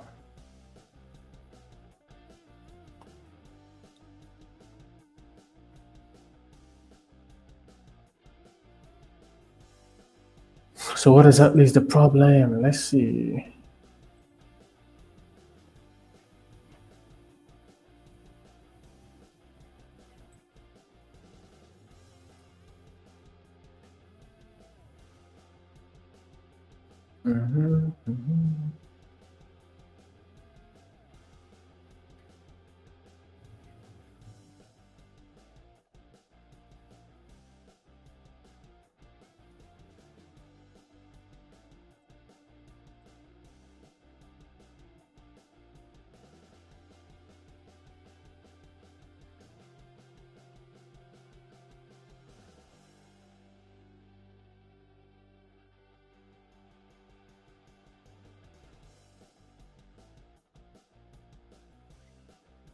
I'm going to try to modify this and change the security group. Let me see what happens.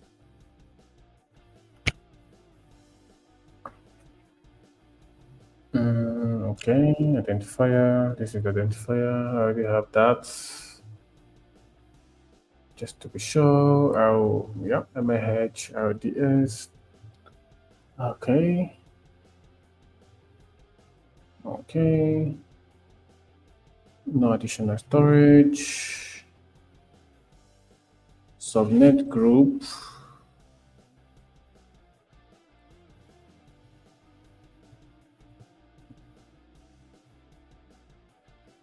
No, that should be security group.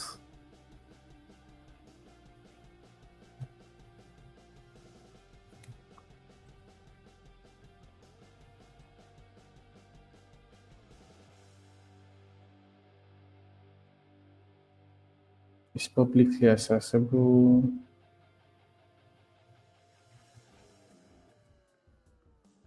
I think we have everything in place.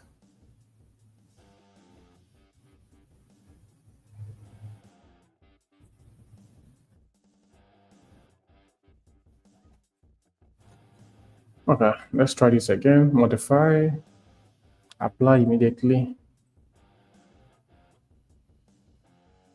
Okay, hopefully this works. I'm just going to refresh.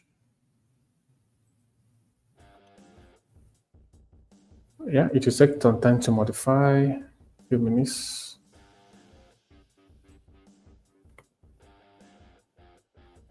Okay, I think it's available now. Refresh one more time to confirm.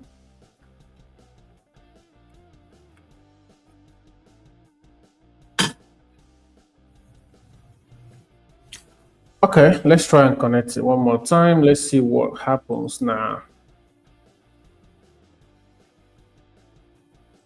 I'm going to close this and I'm going to try this again.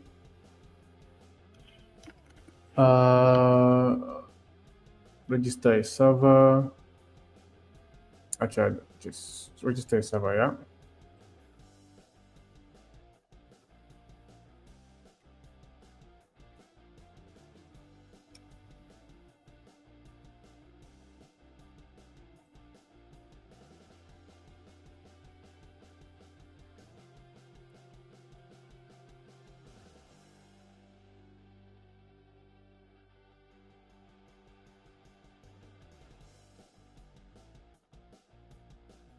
I'll just copy the endpoint directly this time, just to make sure no mistake. So click on copy right here.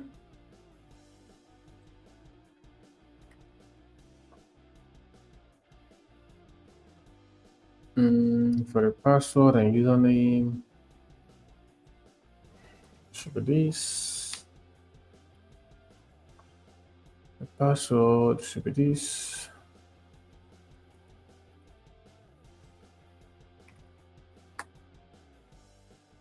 Save the password, connect.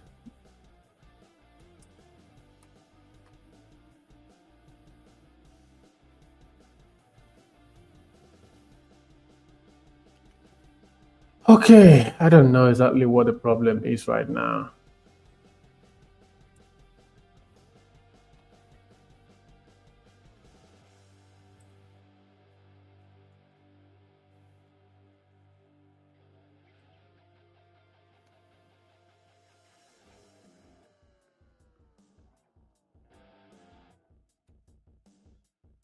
So I don't really know exactly why it is not connecting. We have the ports open. It should connect.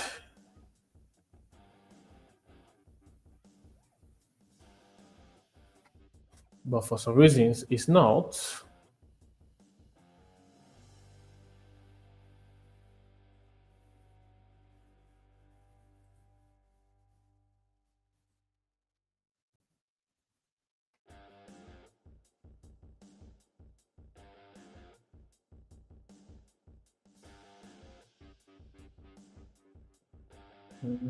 Let's see.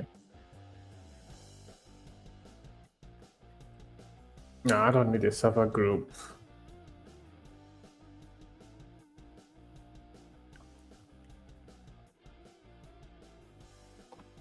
We're actually going to get to the bottom of this. I need to be sure exactly why it's not working, because it's supposed to work.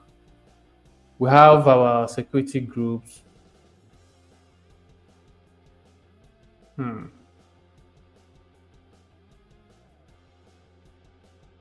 So is there a reason we have a lot of rows here? Let me see. Security group rows. Yeah, the default.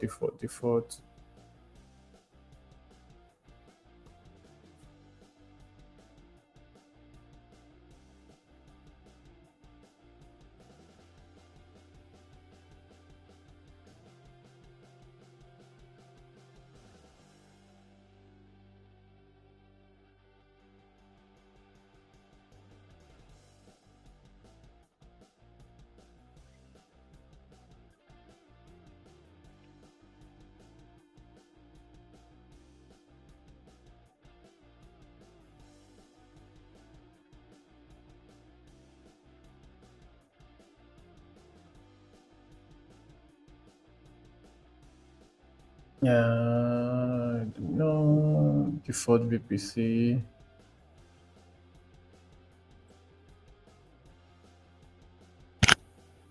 RDS private.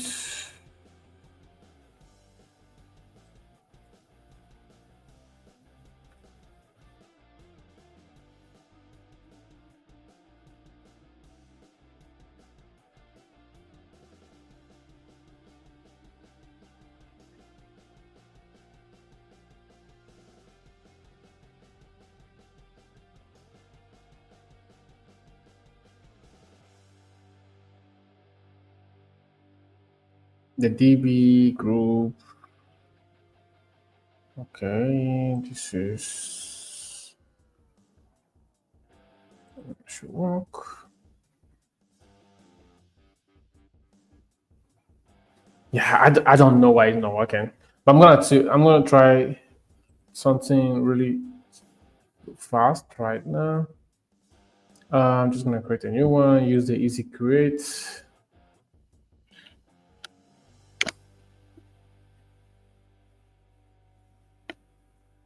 Use a free trial.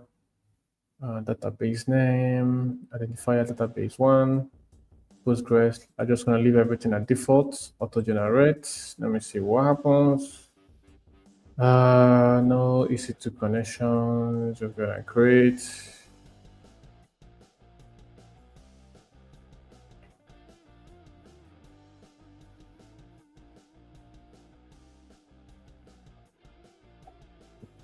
Yeah, again, we have this issue.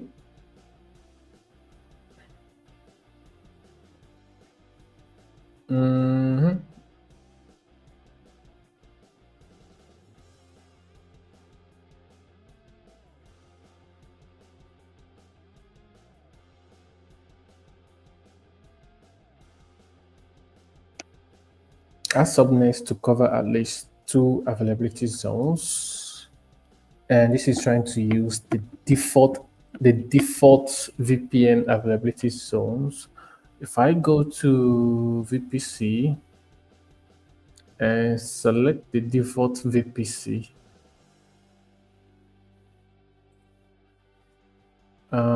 Which of them is the default? So this is the default VPC.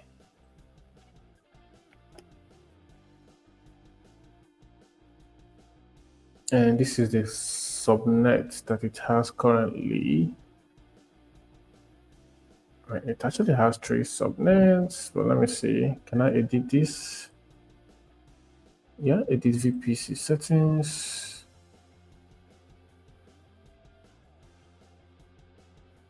I can add more subnets to it. Can I?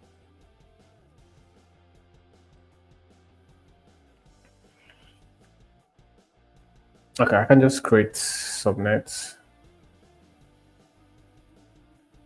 I see.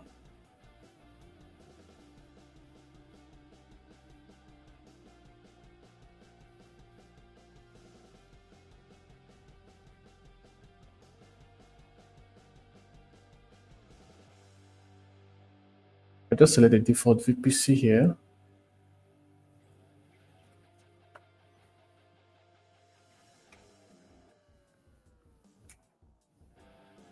Actually, let me see the existing ones I created. So example, let me see this.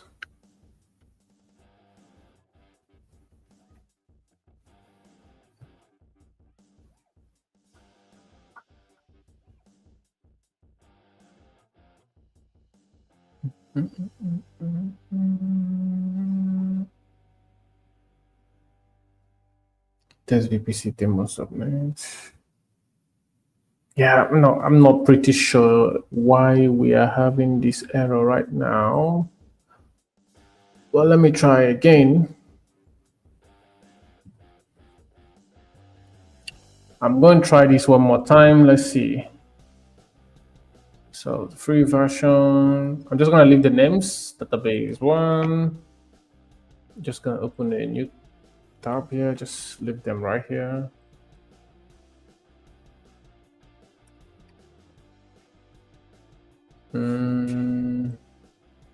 Auto generate.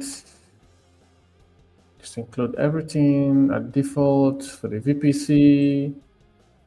Go ahead and use which of these VPC? Let's see. There's VPC. Yeah, I don't know which VPC it belongs to exactly.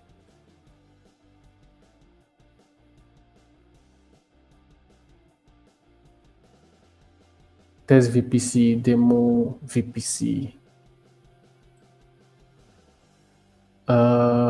Let's see. There's VPC, demo VPC. That should be this one. Publicly accessible, yes, please. For existing security firewall, just use the default from that VPC.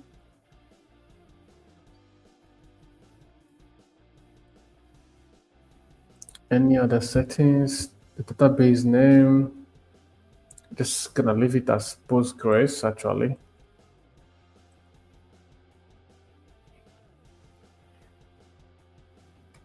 I'll just call this edge instead.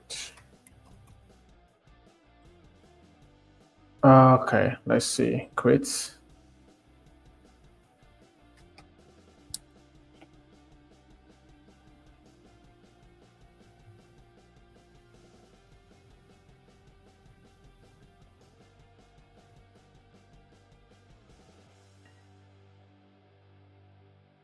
Okay, so while waiting for this, I am just gonna take like a minute and I'll be back here.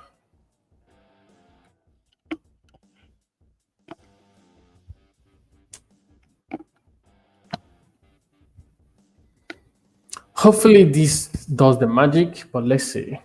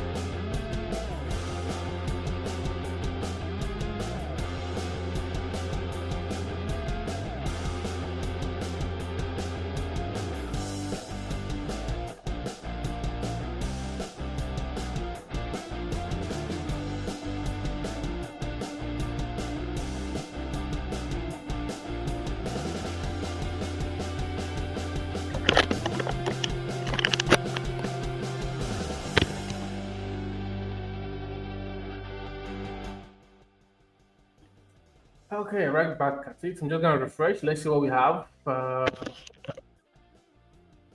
Okay, still creating. So this could take a lot of time.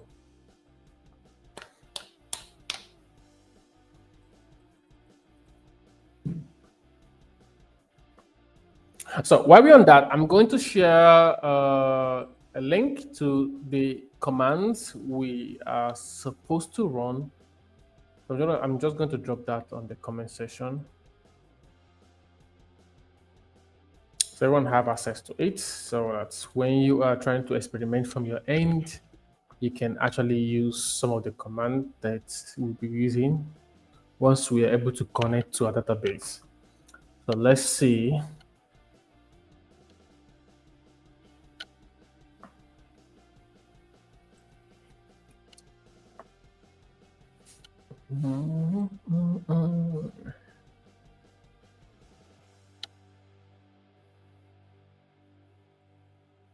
So it's creating, Just give it a few minutes. Let's see what we have.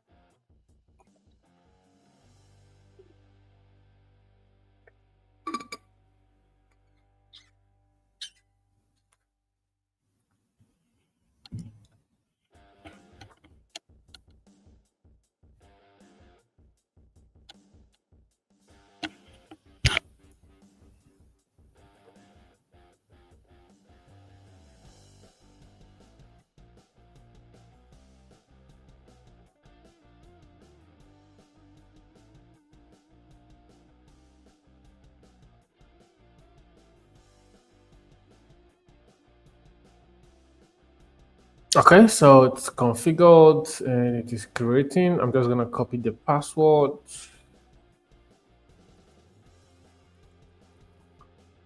And the endpoint right here.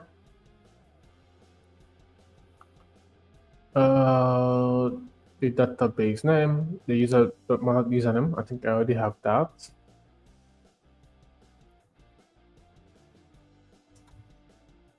Okay, I'm gonna close this. It's still configuring some. It's not yet available, so let's see. Yeah, but it will be in a few seconds.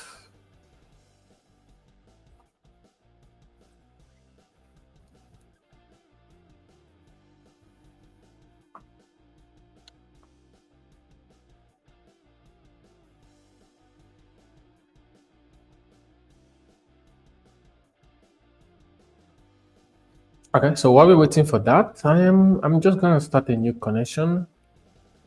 Register a new server. I just call this database one. Go to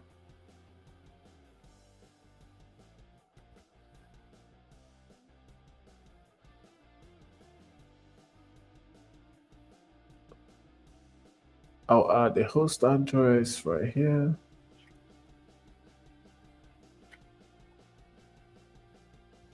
The password.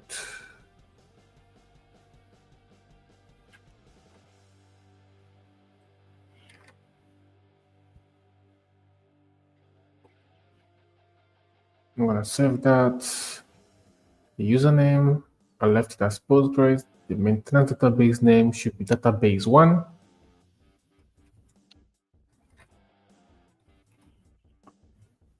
Okay, let's see what we have. Still backing up, refresh. Yeah, it just takes a lot of time.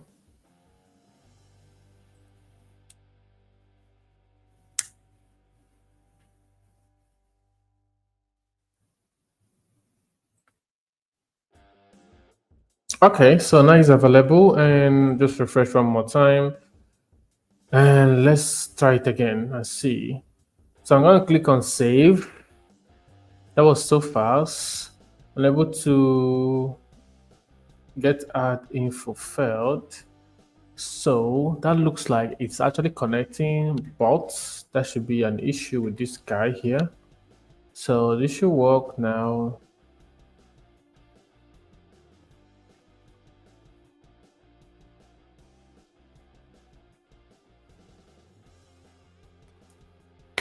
I don't know.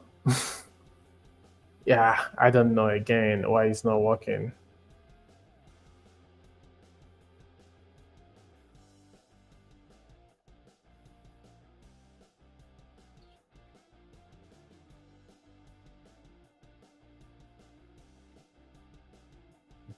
I seriously don't know why it is not working. Unable to connect to server. Let me see what this error message says.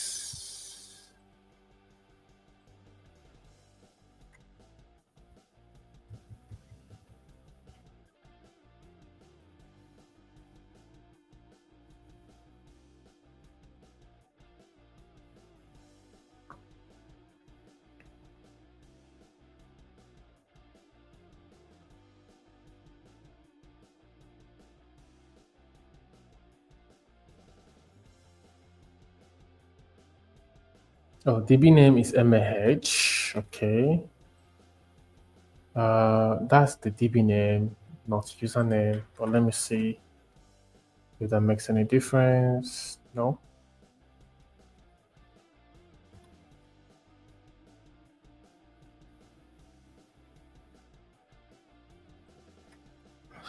I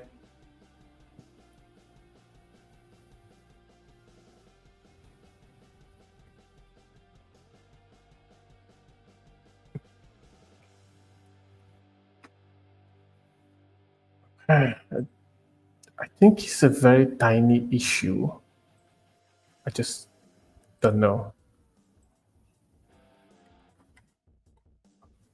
So hostname, address.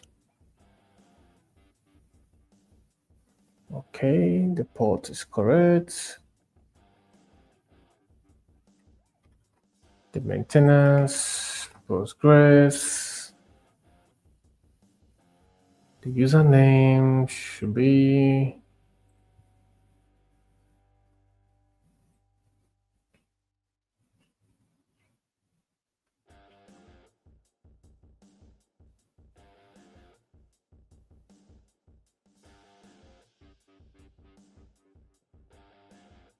this is a DB name MAH. That should be correct. Database name should be MAH. And the password is this right here.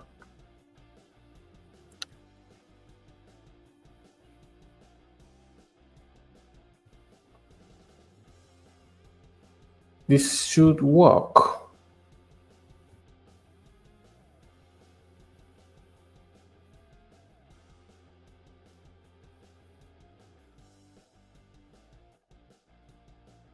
Okay, obviously don't know exactly why it is not connecting at this point.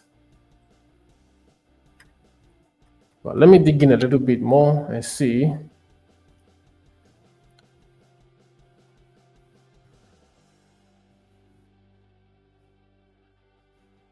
Mhm.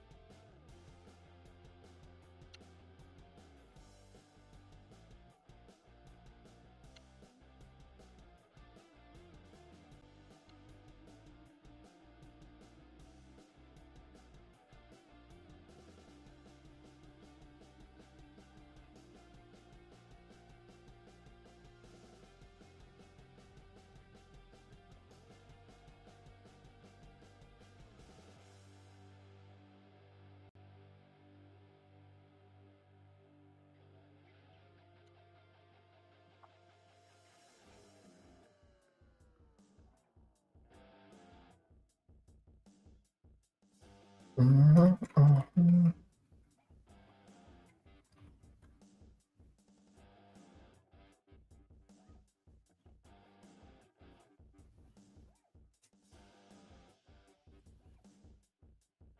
Connection timeout, keep it 100. Let's see.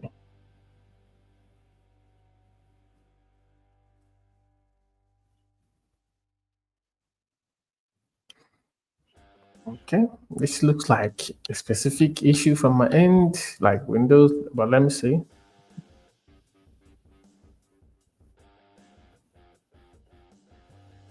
Yeah, I mean, it's an inbound rule. Let's see.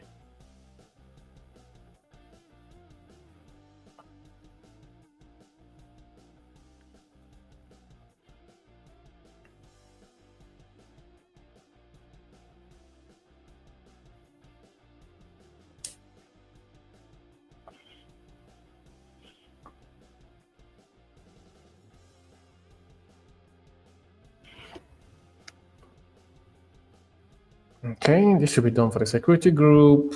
Set all inbound rule, open, open. Let's see, go back to database, go back to this is security group right here.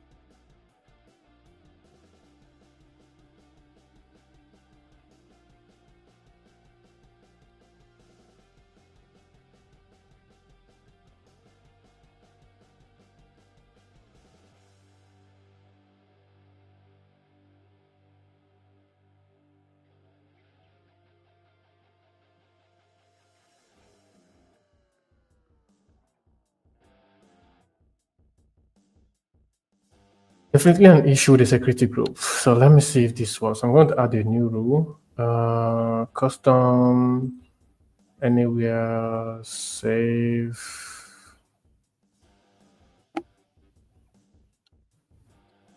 Okay, just to confirm, this is our database.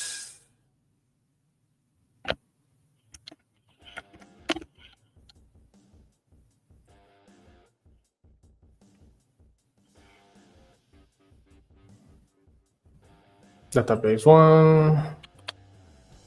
This is the security group is connected to right here. Just open that in a new tab.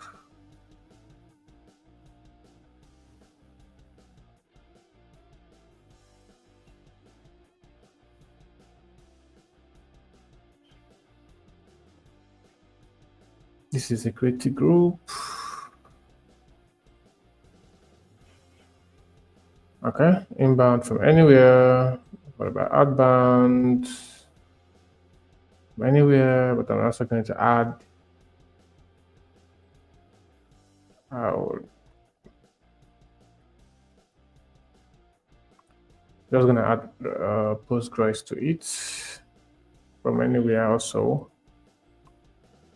Come on.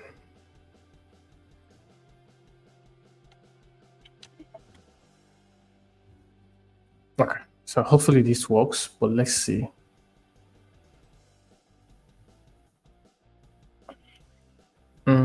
This should be MH.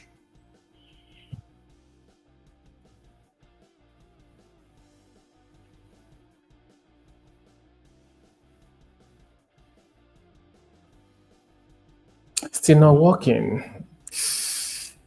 I don't know exactly why it is not working again. Again, we have our database, we have the VPCs publicly accessible, and I mean, everything should be working as expected, but for some reasons, it's not.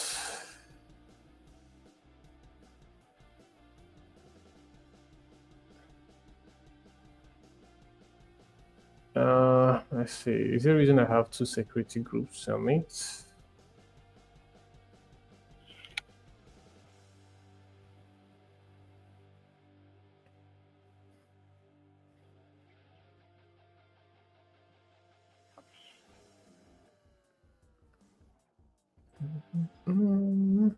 My MAH demo security group. I'm using just that. And I'm saving this. Apply immediately.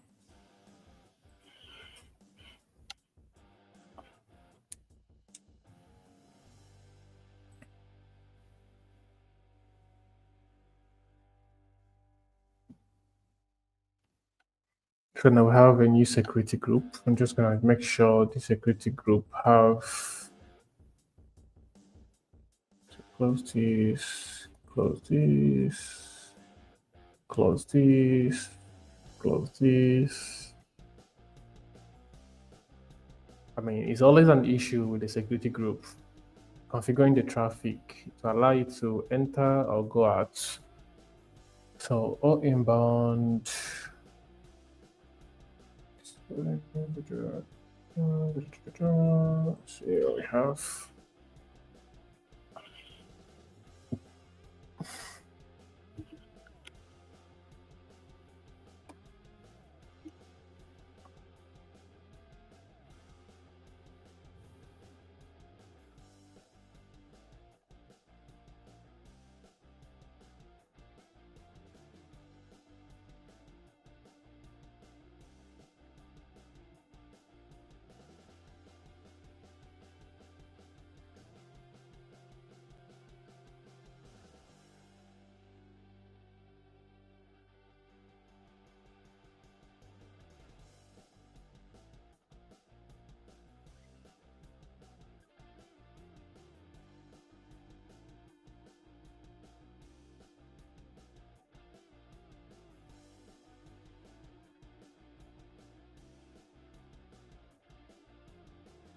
Let's see for inbound.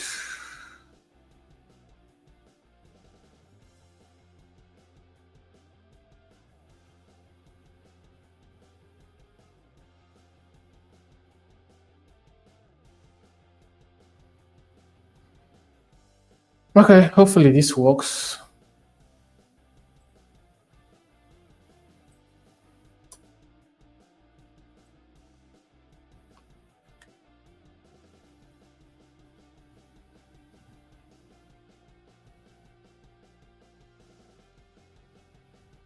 Ah, boy.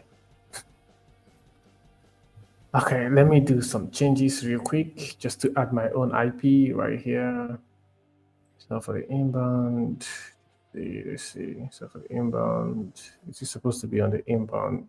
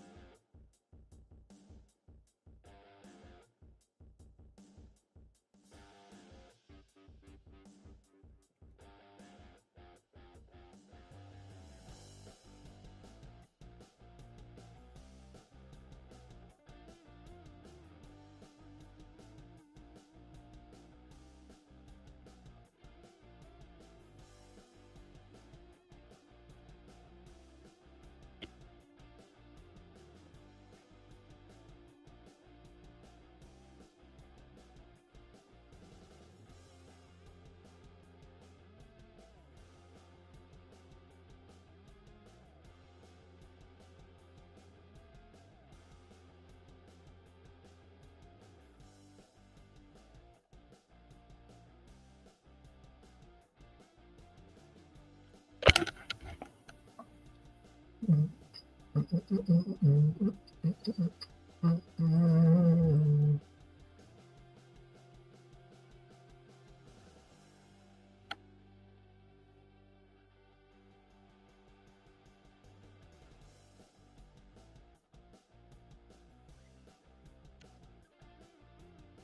mean, I just edited it now, so this should work. This should work.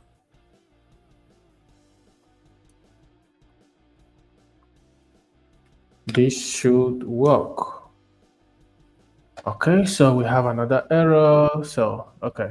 The error we have now, it's promising. So it says unable to connect to server.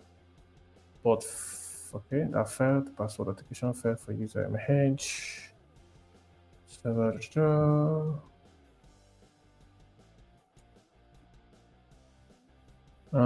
So we're having a new error message, which indicates something different. Let's see.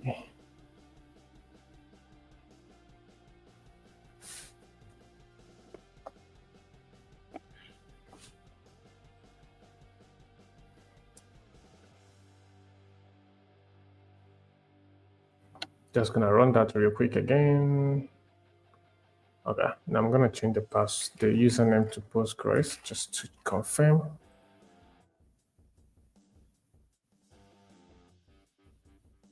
That works finally. Finally, that works. Okay, that was a lot. That was a lot. But yeah, so finally we are connected, and so this is what the interface looks like. I know. So it's always an issue with the security. It's a security group. It's always an issue with the security group. So sometimes it just wants you to add your exact IP address so as it connects directly from where you are. So always an issue with that. So always make sure the security group attached to the database. If you open it, make sure you have the inbound. You can just set anywhere for the Postgres and also set for your specific IP address. Okay, and do the same thing for the outbound. Just set for anywhere and set for But yeah, the IP address always work all the time. Okay, so now we are connected. We're just gonna run some of the commands that we have real quick. So before we do that, I'm just gonna open this and databases. We have database here. So we have the MAH, we have Postgres, we have RDS admin.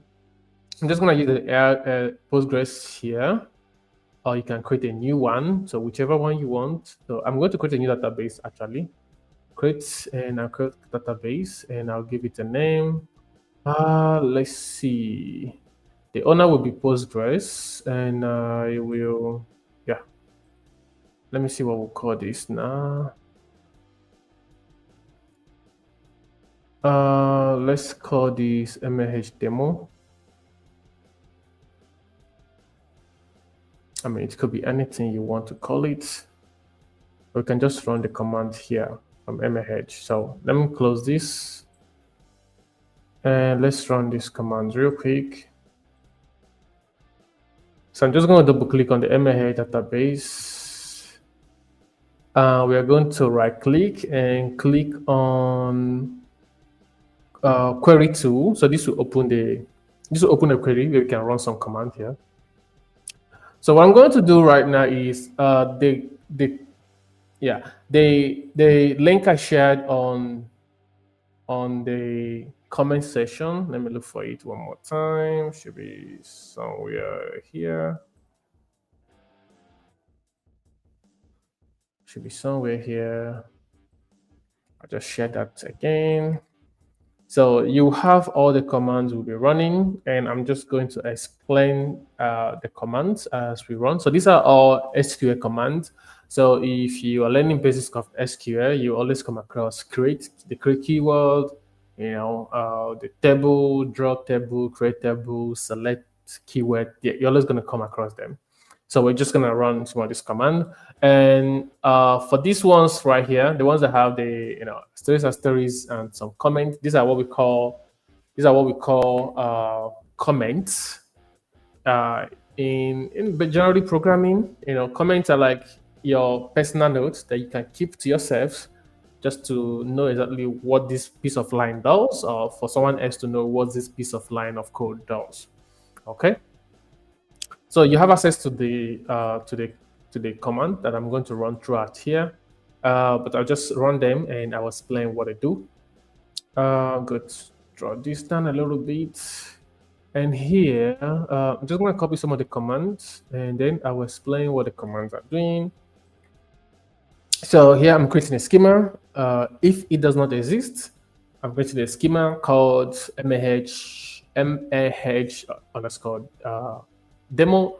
Of course, it does not exist, but you always want to do that just to check if you already have a schema that has that name. But if you're like 100% sure, just like we're 100% sure we don't have a schema, we can just skip the if not exists and just do create schema. But just more like a good practice to always use that, just to check, just to make sure, just in case you have it. Then the second one right there, we're just telling it the computer to look for MAH demo, the schema we're going to create. So like we're going to create this schema. Every other thing you'll be doing, just keep looking at the schema for now. Okay, so I'm just gonna run script right here. We see a notification, query returned successfully in some minutes. Okay, so you can always save your query, and you can just do Control X, so you can go to save and save your queries. In case you want to have like histories of the queries. I'm going to refresh this. And just to show you something, if you go to schemas, this should create a schema. You can see a schema here called MAH demo, which is the schema we just created. Exactly. So if I run this command again, it will run successfully. The reason it's running successfully is because we actually say if it does not exist, but it exists, right? So it's just going to run successfully. If I remove this from the command, just to show you what I mean, this is going to give us an error message, right? So it's going to tell that this already exists, so we can't like recreate it again. So that is the reason, like I'm just leaving the if it doesn't exist. Then, just if you notice, the command starts, whatever the keywords are, the create is for creating a new command. The schema is just a keyword, is a reserved keyword inside. And again, you can just use reserved keywords, right? So if I want to create a schema, code schema, it's going to throw an error message because schema is like a reserved word. And then at the end of the command, you just have to put a semicolon that shows that the command has ended. So basically what I mean is I can actually run this command like this in as much as there's semicolon right here. So it's still going to be successful because it understands that this particular command ends here and another one continues here, obviously. Okay. So if I click on run script, it will run successfully. So it will run, but it will tell me it already exists, so it keeps it. Okay, so I can save this if I want. If I don't, I can just remove it. For this case, I'm just going to remove it, but just like I show you, you can save it. If you save it, you can open a new query, and you can like just click on the database and open a new query. That will just open a new query. I can just click on this and click on query 2. So it actually alternates shifts FQ. Alternate shifts. Yeah, I think I lost that. Alternate shift Q. Okay, so alternate shift Q. That should open a new query 2 for you, and you can just continue. So you can just run new queries, and this gives you a dashboard like database sessions and I don't know, just give you a very fancy dashboard you can keep track of. You have like properties, statistics somewhere here. Nothing yet, but you will see this in action later on. Okay, so let's run another command. Yeah, connection to the server has lost. You can just reconnect. and that should reconnect to the server again. The second command we're going to run is something we call like a clean slate. So we're like basically dropping, because we want to create a table, right? So this is like we want to create a table, but we don't know if this table exists. So we're like, if it exists, go ahead and drop it. But if it does not, then do nothing.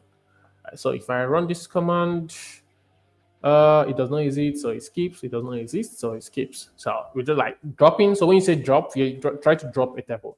So think about all these things like a cell sheet where you have different columns and rows. So when you like highlight a different row and you delete it, yeah, but that's the same functionality of a drop table if it exists. So basically, you can just do drop table, the name of the table. It just give us an error message that it does not exist, but we're just checking if it does not exist. Just skip. No need to give us an error message. Just skip and just go ahead. And the reason I'm doing this is because I want to create a table, right? So I'm trying to see if there's an existing table. But if there's not, then I'm just trying to, if there is, I want to delete it. I want to delete the table if it actually is. But if it does not, then just go ahead. But at this point, we don't have like a table here, so just go ahead and delete that. Then we're going to create a table. I'm just going to copy the table.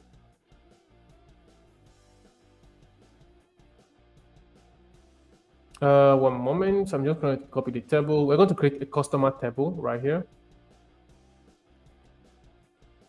Okay, so again, these are comments. So this is like basically you can do anything you want to do. Like, hey, I'm creating customer tables here.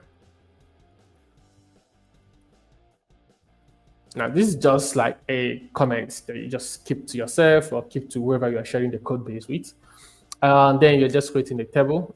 Just to explain, so here we just have we created a table of customers, and we want to have like a customer ID, which is going to be a unique and a primary key. When it's a primary key, it simply means that it's kind of like it's unique. So basically, what that means is it's unique, and then for the serial, it make it to go up. So it's unique simply means someone else can have the same ID, so the IDs have to be like unique. It can think about it like your security numbers, they're like unique. So someone else can't have the same security number that you have. So it just have to be unique. And then you have like the first name, last name, email. So all these guys they don't actually need to be unique because someone else can have the same name and stuff with you. But for the IDs, this is what is going to separate, differentiate, the customers that we are going to have. Okay. And then we have the email addresses, email. We also make sure the email is unique. We specify the unique keyword here. We actually don't need to specify unique here. Just making it a primary key makes it unique automatically. Then we have country, which are all characters, and then the timestamp. And then, so running this, we create a table for us. I'm just gonna run that.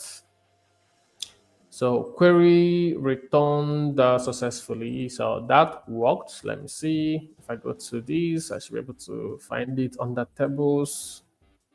Yeah, so we have a table of customers right here. If you look at that. Okay. So next, we're going to create another table called others. So like I say, we're trying to build like a mini e-commerce store right here. I'm just going to copy this. I'll get rid of this, paste this right here. And just the same way we did recently, we're creating a table of others. We have the other ID, which is like the primary key. We have the customer ID, which is reference. This like a relationship. So a one-to-one relationship. Yeah. So this is a reference of the customer that is making the order, because we want to keep track of who made the order in a database. So then we have the date, the amount, which is a numeric, and we have status and item purchased. Okay, I'm just going to go ahead and run that. That ran successfully. If I go to tables, we should have like two tables now. I just have to refresh basically. Yeah, so we have two tables. We have customers and we have others right here. Let's see, but we don't have anything inside them. They're just empty. It's just a schema of what we want to input inside it. So next up, what I'm going to do is I'm going to do what we call like seeding, like inject a raw data into it. I mean, in real life, this data should be coming from customers signing up and registering the platform, and is going directly to the database. But let's do that right here. So what I'm doing is inserting data. So I'm inserting data, insert into customers. We have a table called customers. So I want to insert these data into customers, and I want to insert them in this order of the schema we created earlier.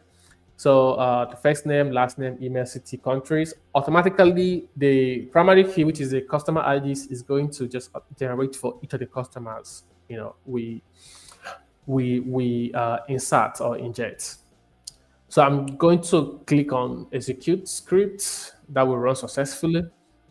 If I refresh customers right here, we should be able to see, if we go to the columns, you're able to see customers ID and the rest of them. Okay. Okay, so next up, I'm going to inject data into others as well, so that we can have something to work with. So I'll just go right here, delete this, just the same process. So I'm inserting into others, the customer ID. So in this case, I mean, we're specifically targeting the customer.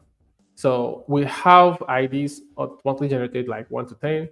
Basically, we want to, map every order with the customer making the order. So we can have like an order system database that have customers and their orders. You can keep track of the customer that made a specific order, right?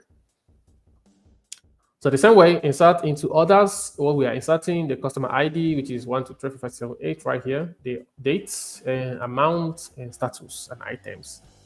So once I have that, click on execute. That should work successfully right there. So if I don't have to refresh this, but if I do, you will see that we have some data right there. So then finally, let's look at some of the things we can do. You come across select keyword a lot on SQL.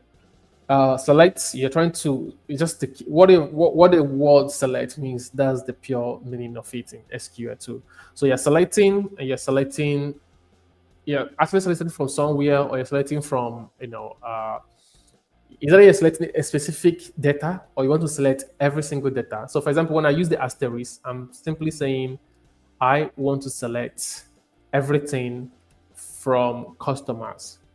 So when I click execute, what is going to happen is this will give me all the data of the customers on the database. So this is mainly like when you query, when you visit the platform and you see all the data. So basically, that button that lists the items is simply behind the scene is select dash from this, just bring it up.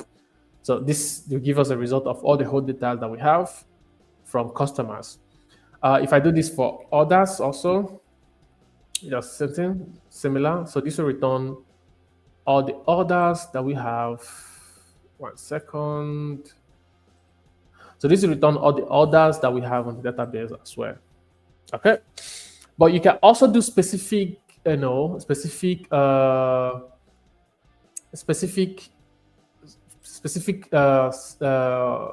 is it called, sorting, or basically sorting. So for example, if I want to get the first name, city, country from customers, where the country equals, let's say, Nigeria, or where the country equals, let's say, USA. So basically, I just want to get all the whole customers in USA. So I can simply do that as well. Okay, so this will return like all the whole customers we have on the database that are in USA. So this is like pretty much like basic things you can do in SQL, right? And I can, let's say I want to do something like I want to get all the orders that the customers have paid for. So I can like get from orders where status equals to paid. So this is like basically day-to-day things that administrators like kind of do for database from a dashboard, but this is like us interacting with the database directly using the SQL data command. So if I execute this should give me all the whole orders that have the status here paid. You can see it returns that for me.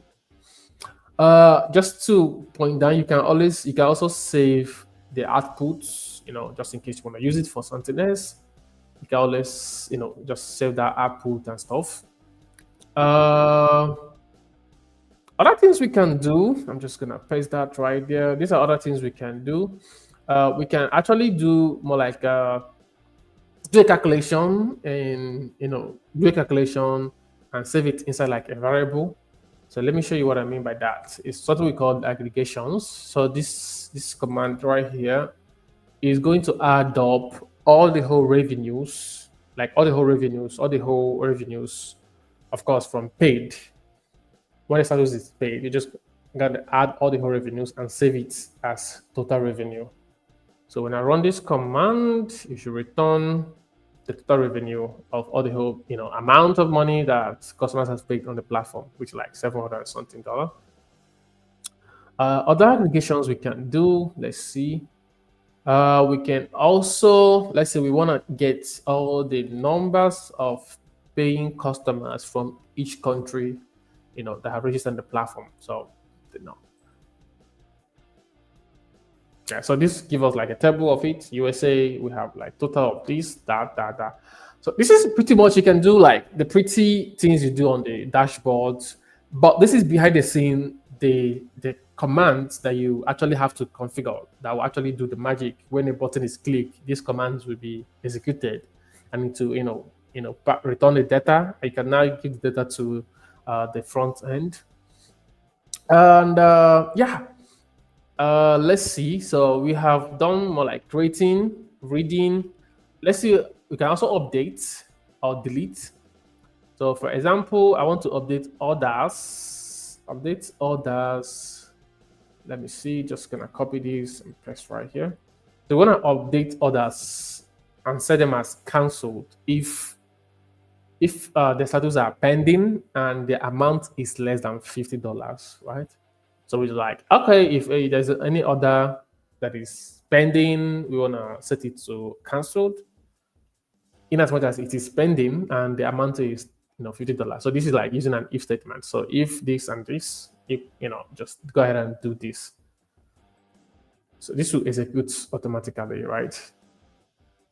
And we can also do like the select where pending or where status equals cancelled, and it will give us all the orders that have been cancelled.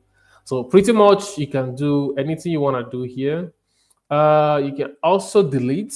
So you can just use the delete keyword. Delete from, you select where you want to delete from the table you want to delete. Let's say customers, where maybe email equals this, or where first name equals this. But usually you want to use like a unique character when looking for stuff like this. So for example, you can have two people having the same email. So probably if you do like first name, it's going to drop like every first name. It's going to delete every first name it sees.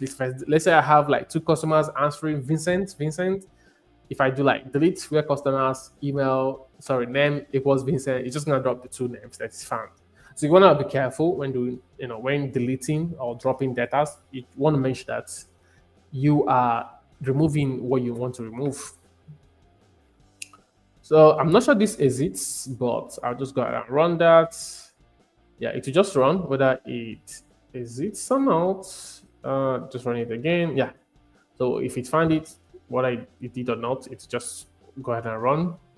But if we actually wanted to know if it run, we can just add the if it exits, Finally, we can actually do like something like a lead board. Like let's say we want to get like a lead board of the global sales so far. So I'm just going to explain this in a bit, but I'm going to run this command right here. Yeah, this is similar to what we did last. It's like give us total number of countries and total revenues that it has gotten so far. Yeah, so I think I ran that already. Yeah, we already did that. Just return them in descending order. So that's pretty much what we can do. What we can do with QBasic, just like the basic things. But we can actually do a lot more. There's a lot to QBasic, and it's actually very powerful language that I think you should learn if you're interested in database, data analysis, and stuff. So yeah, I think that's pretty much what we have in the back for today's stream. And let me know, guys, if you have questions, and I'll be on the comment section waiting for that. So why I'm waiting for questions? One more thing I want you to know is each time you are done with creating instances on AWS, make sure you delete them. Make sure you clean them up, because if you forget, you're just gonna wake up to a debit alert. So make sure you delete those instances after you have like practiced. You're no longer using them, because what AWS does is it's probably it's a pay as you go. So if the services are, let's say, is an EC2 instance, in as much as it is running, they're gonna be charging you per hour as the instance is still running. So like a database is on, it's like it's on. I just created a database. It's on. It didn't stop it. It didn't terminate it. So if you exhaust the free trial, they're gonna start billing you. So make sure you terminate and delete once you are done with practicing, so you don't get billed. Okay. So let me know if you have questions for me. I'm looking forward to anybody that has questions, so you can like answer your questions. And also let me know if this was interesting. I know we had like an issue with the bug, but that was fun. So we also fixed that. So let me know if you have questions, if you have any questions at all. Happy to answer all your questions.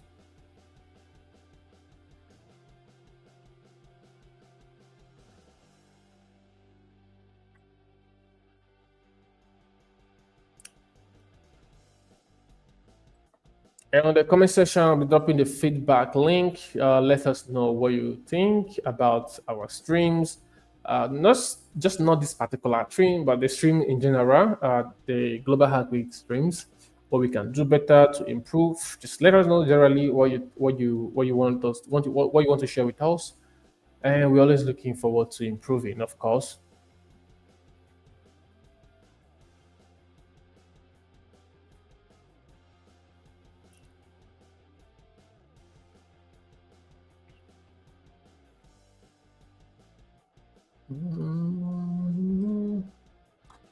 And also, if you are into machine learning, you like to learn about predicting with linear regression.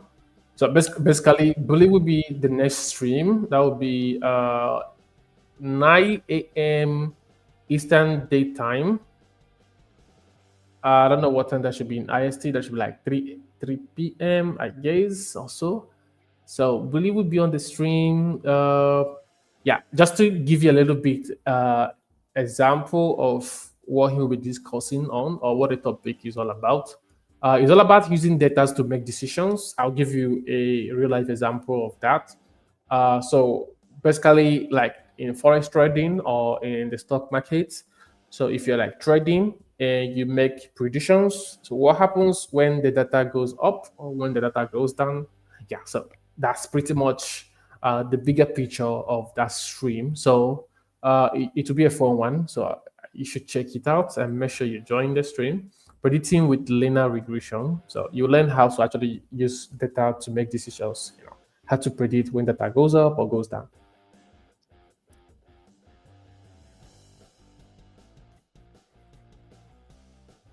Okay, I don't think I have any questions on the comment section, but I'm still right here for like a minute or two.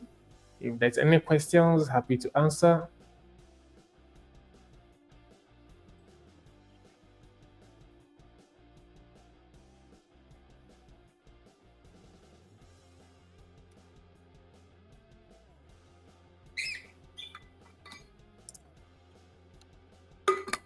Okay, so even if there's no question, I just want to see who is on the stream, who is still with me on the stream, and I hope you had fun. can just drop on the comment section. Let me know how the stream went. Let me know what you learned. Let me know, how exciting you are. Let me know what you're building next with what we just learned today.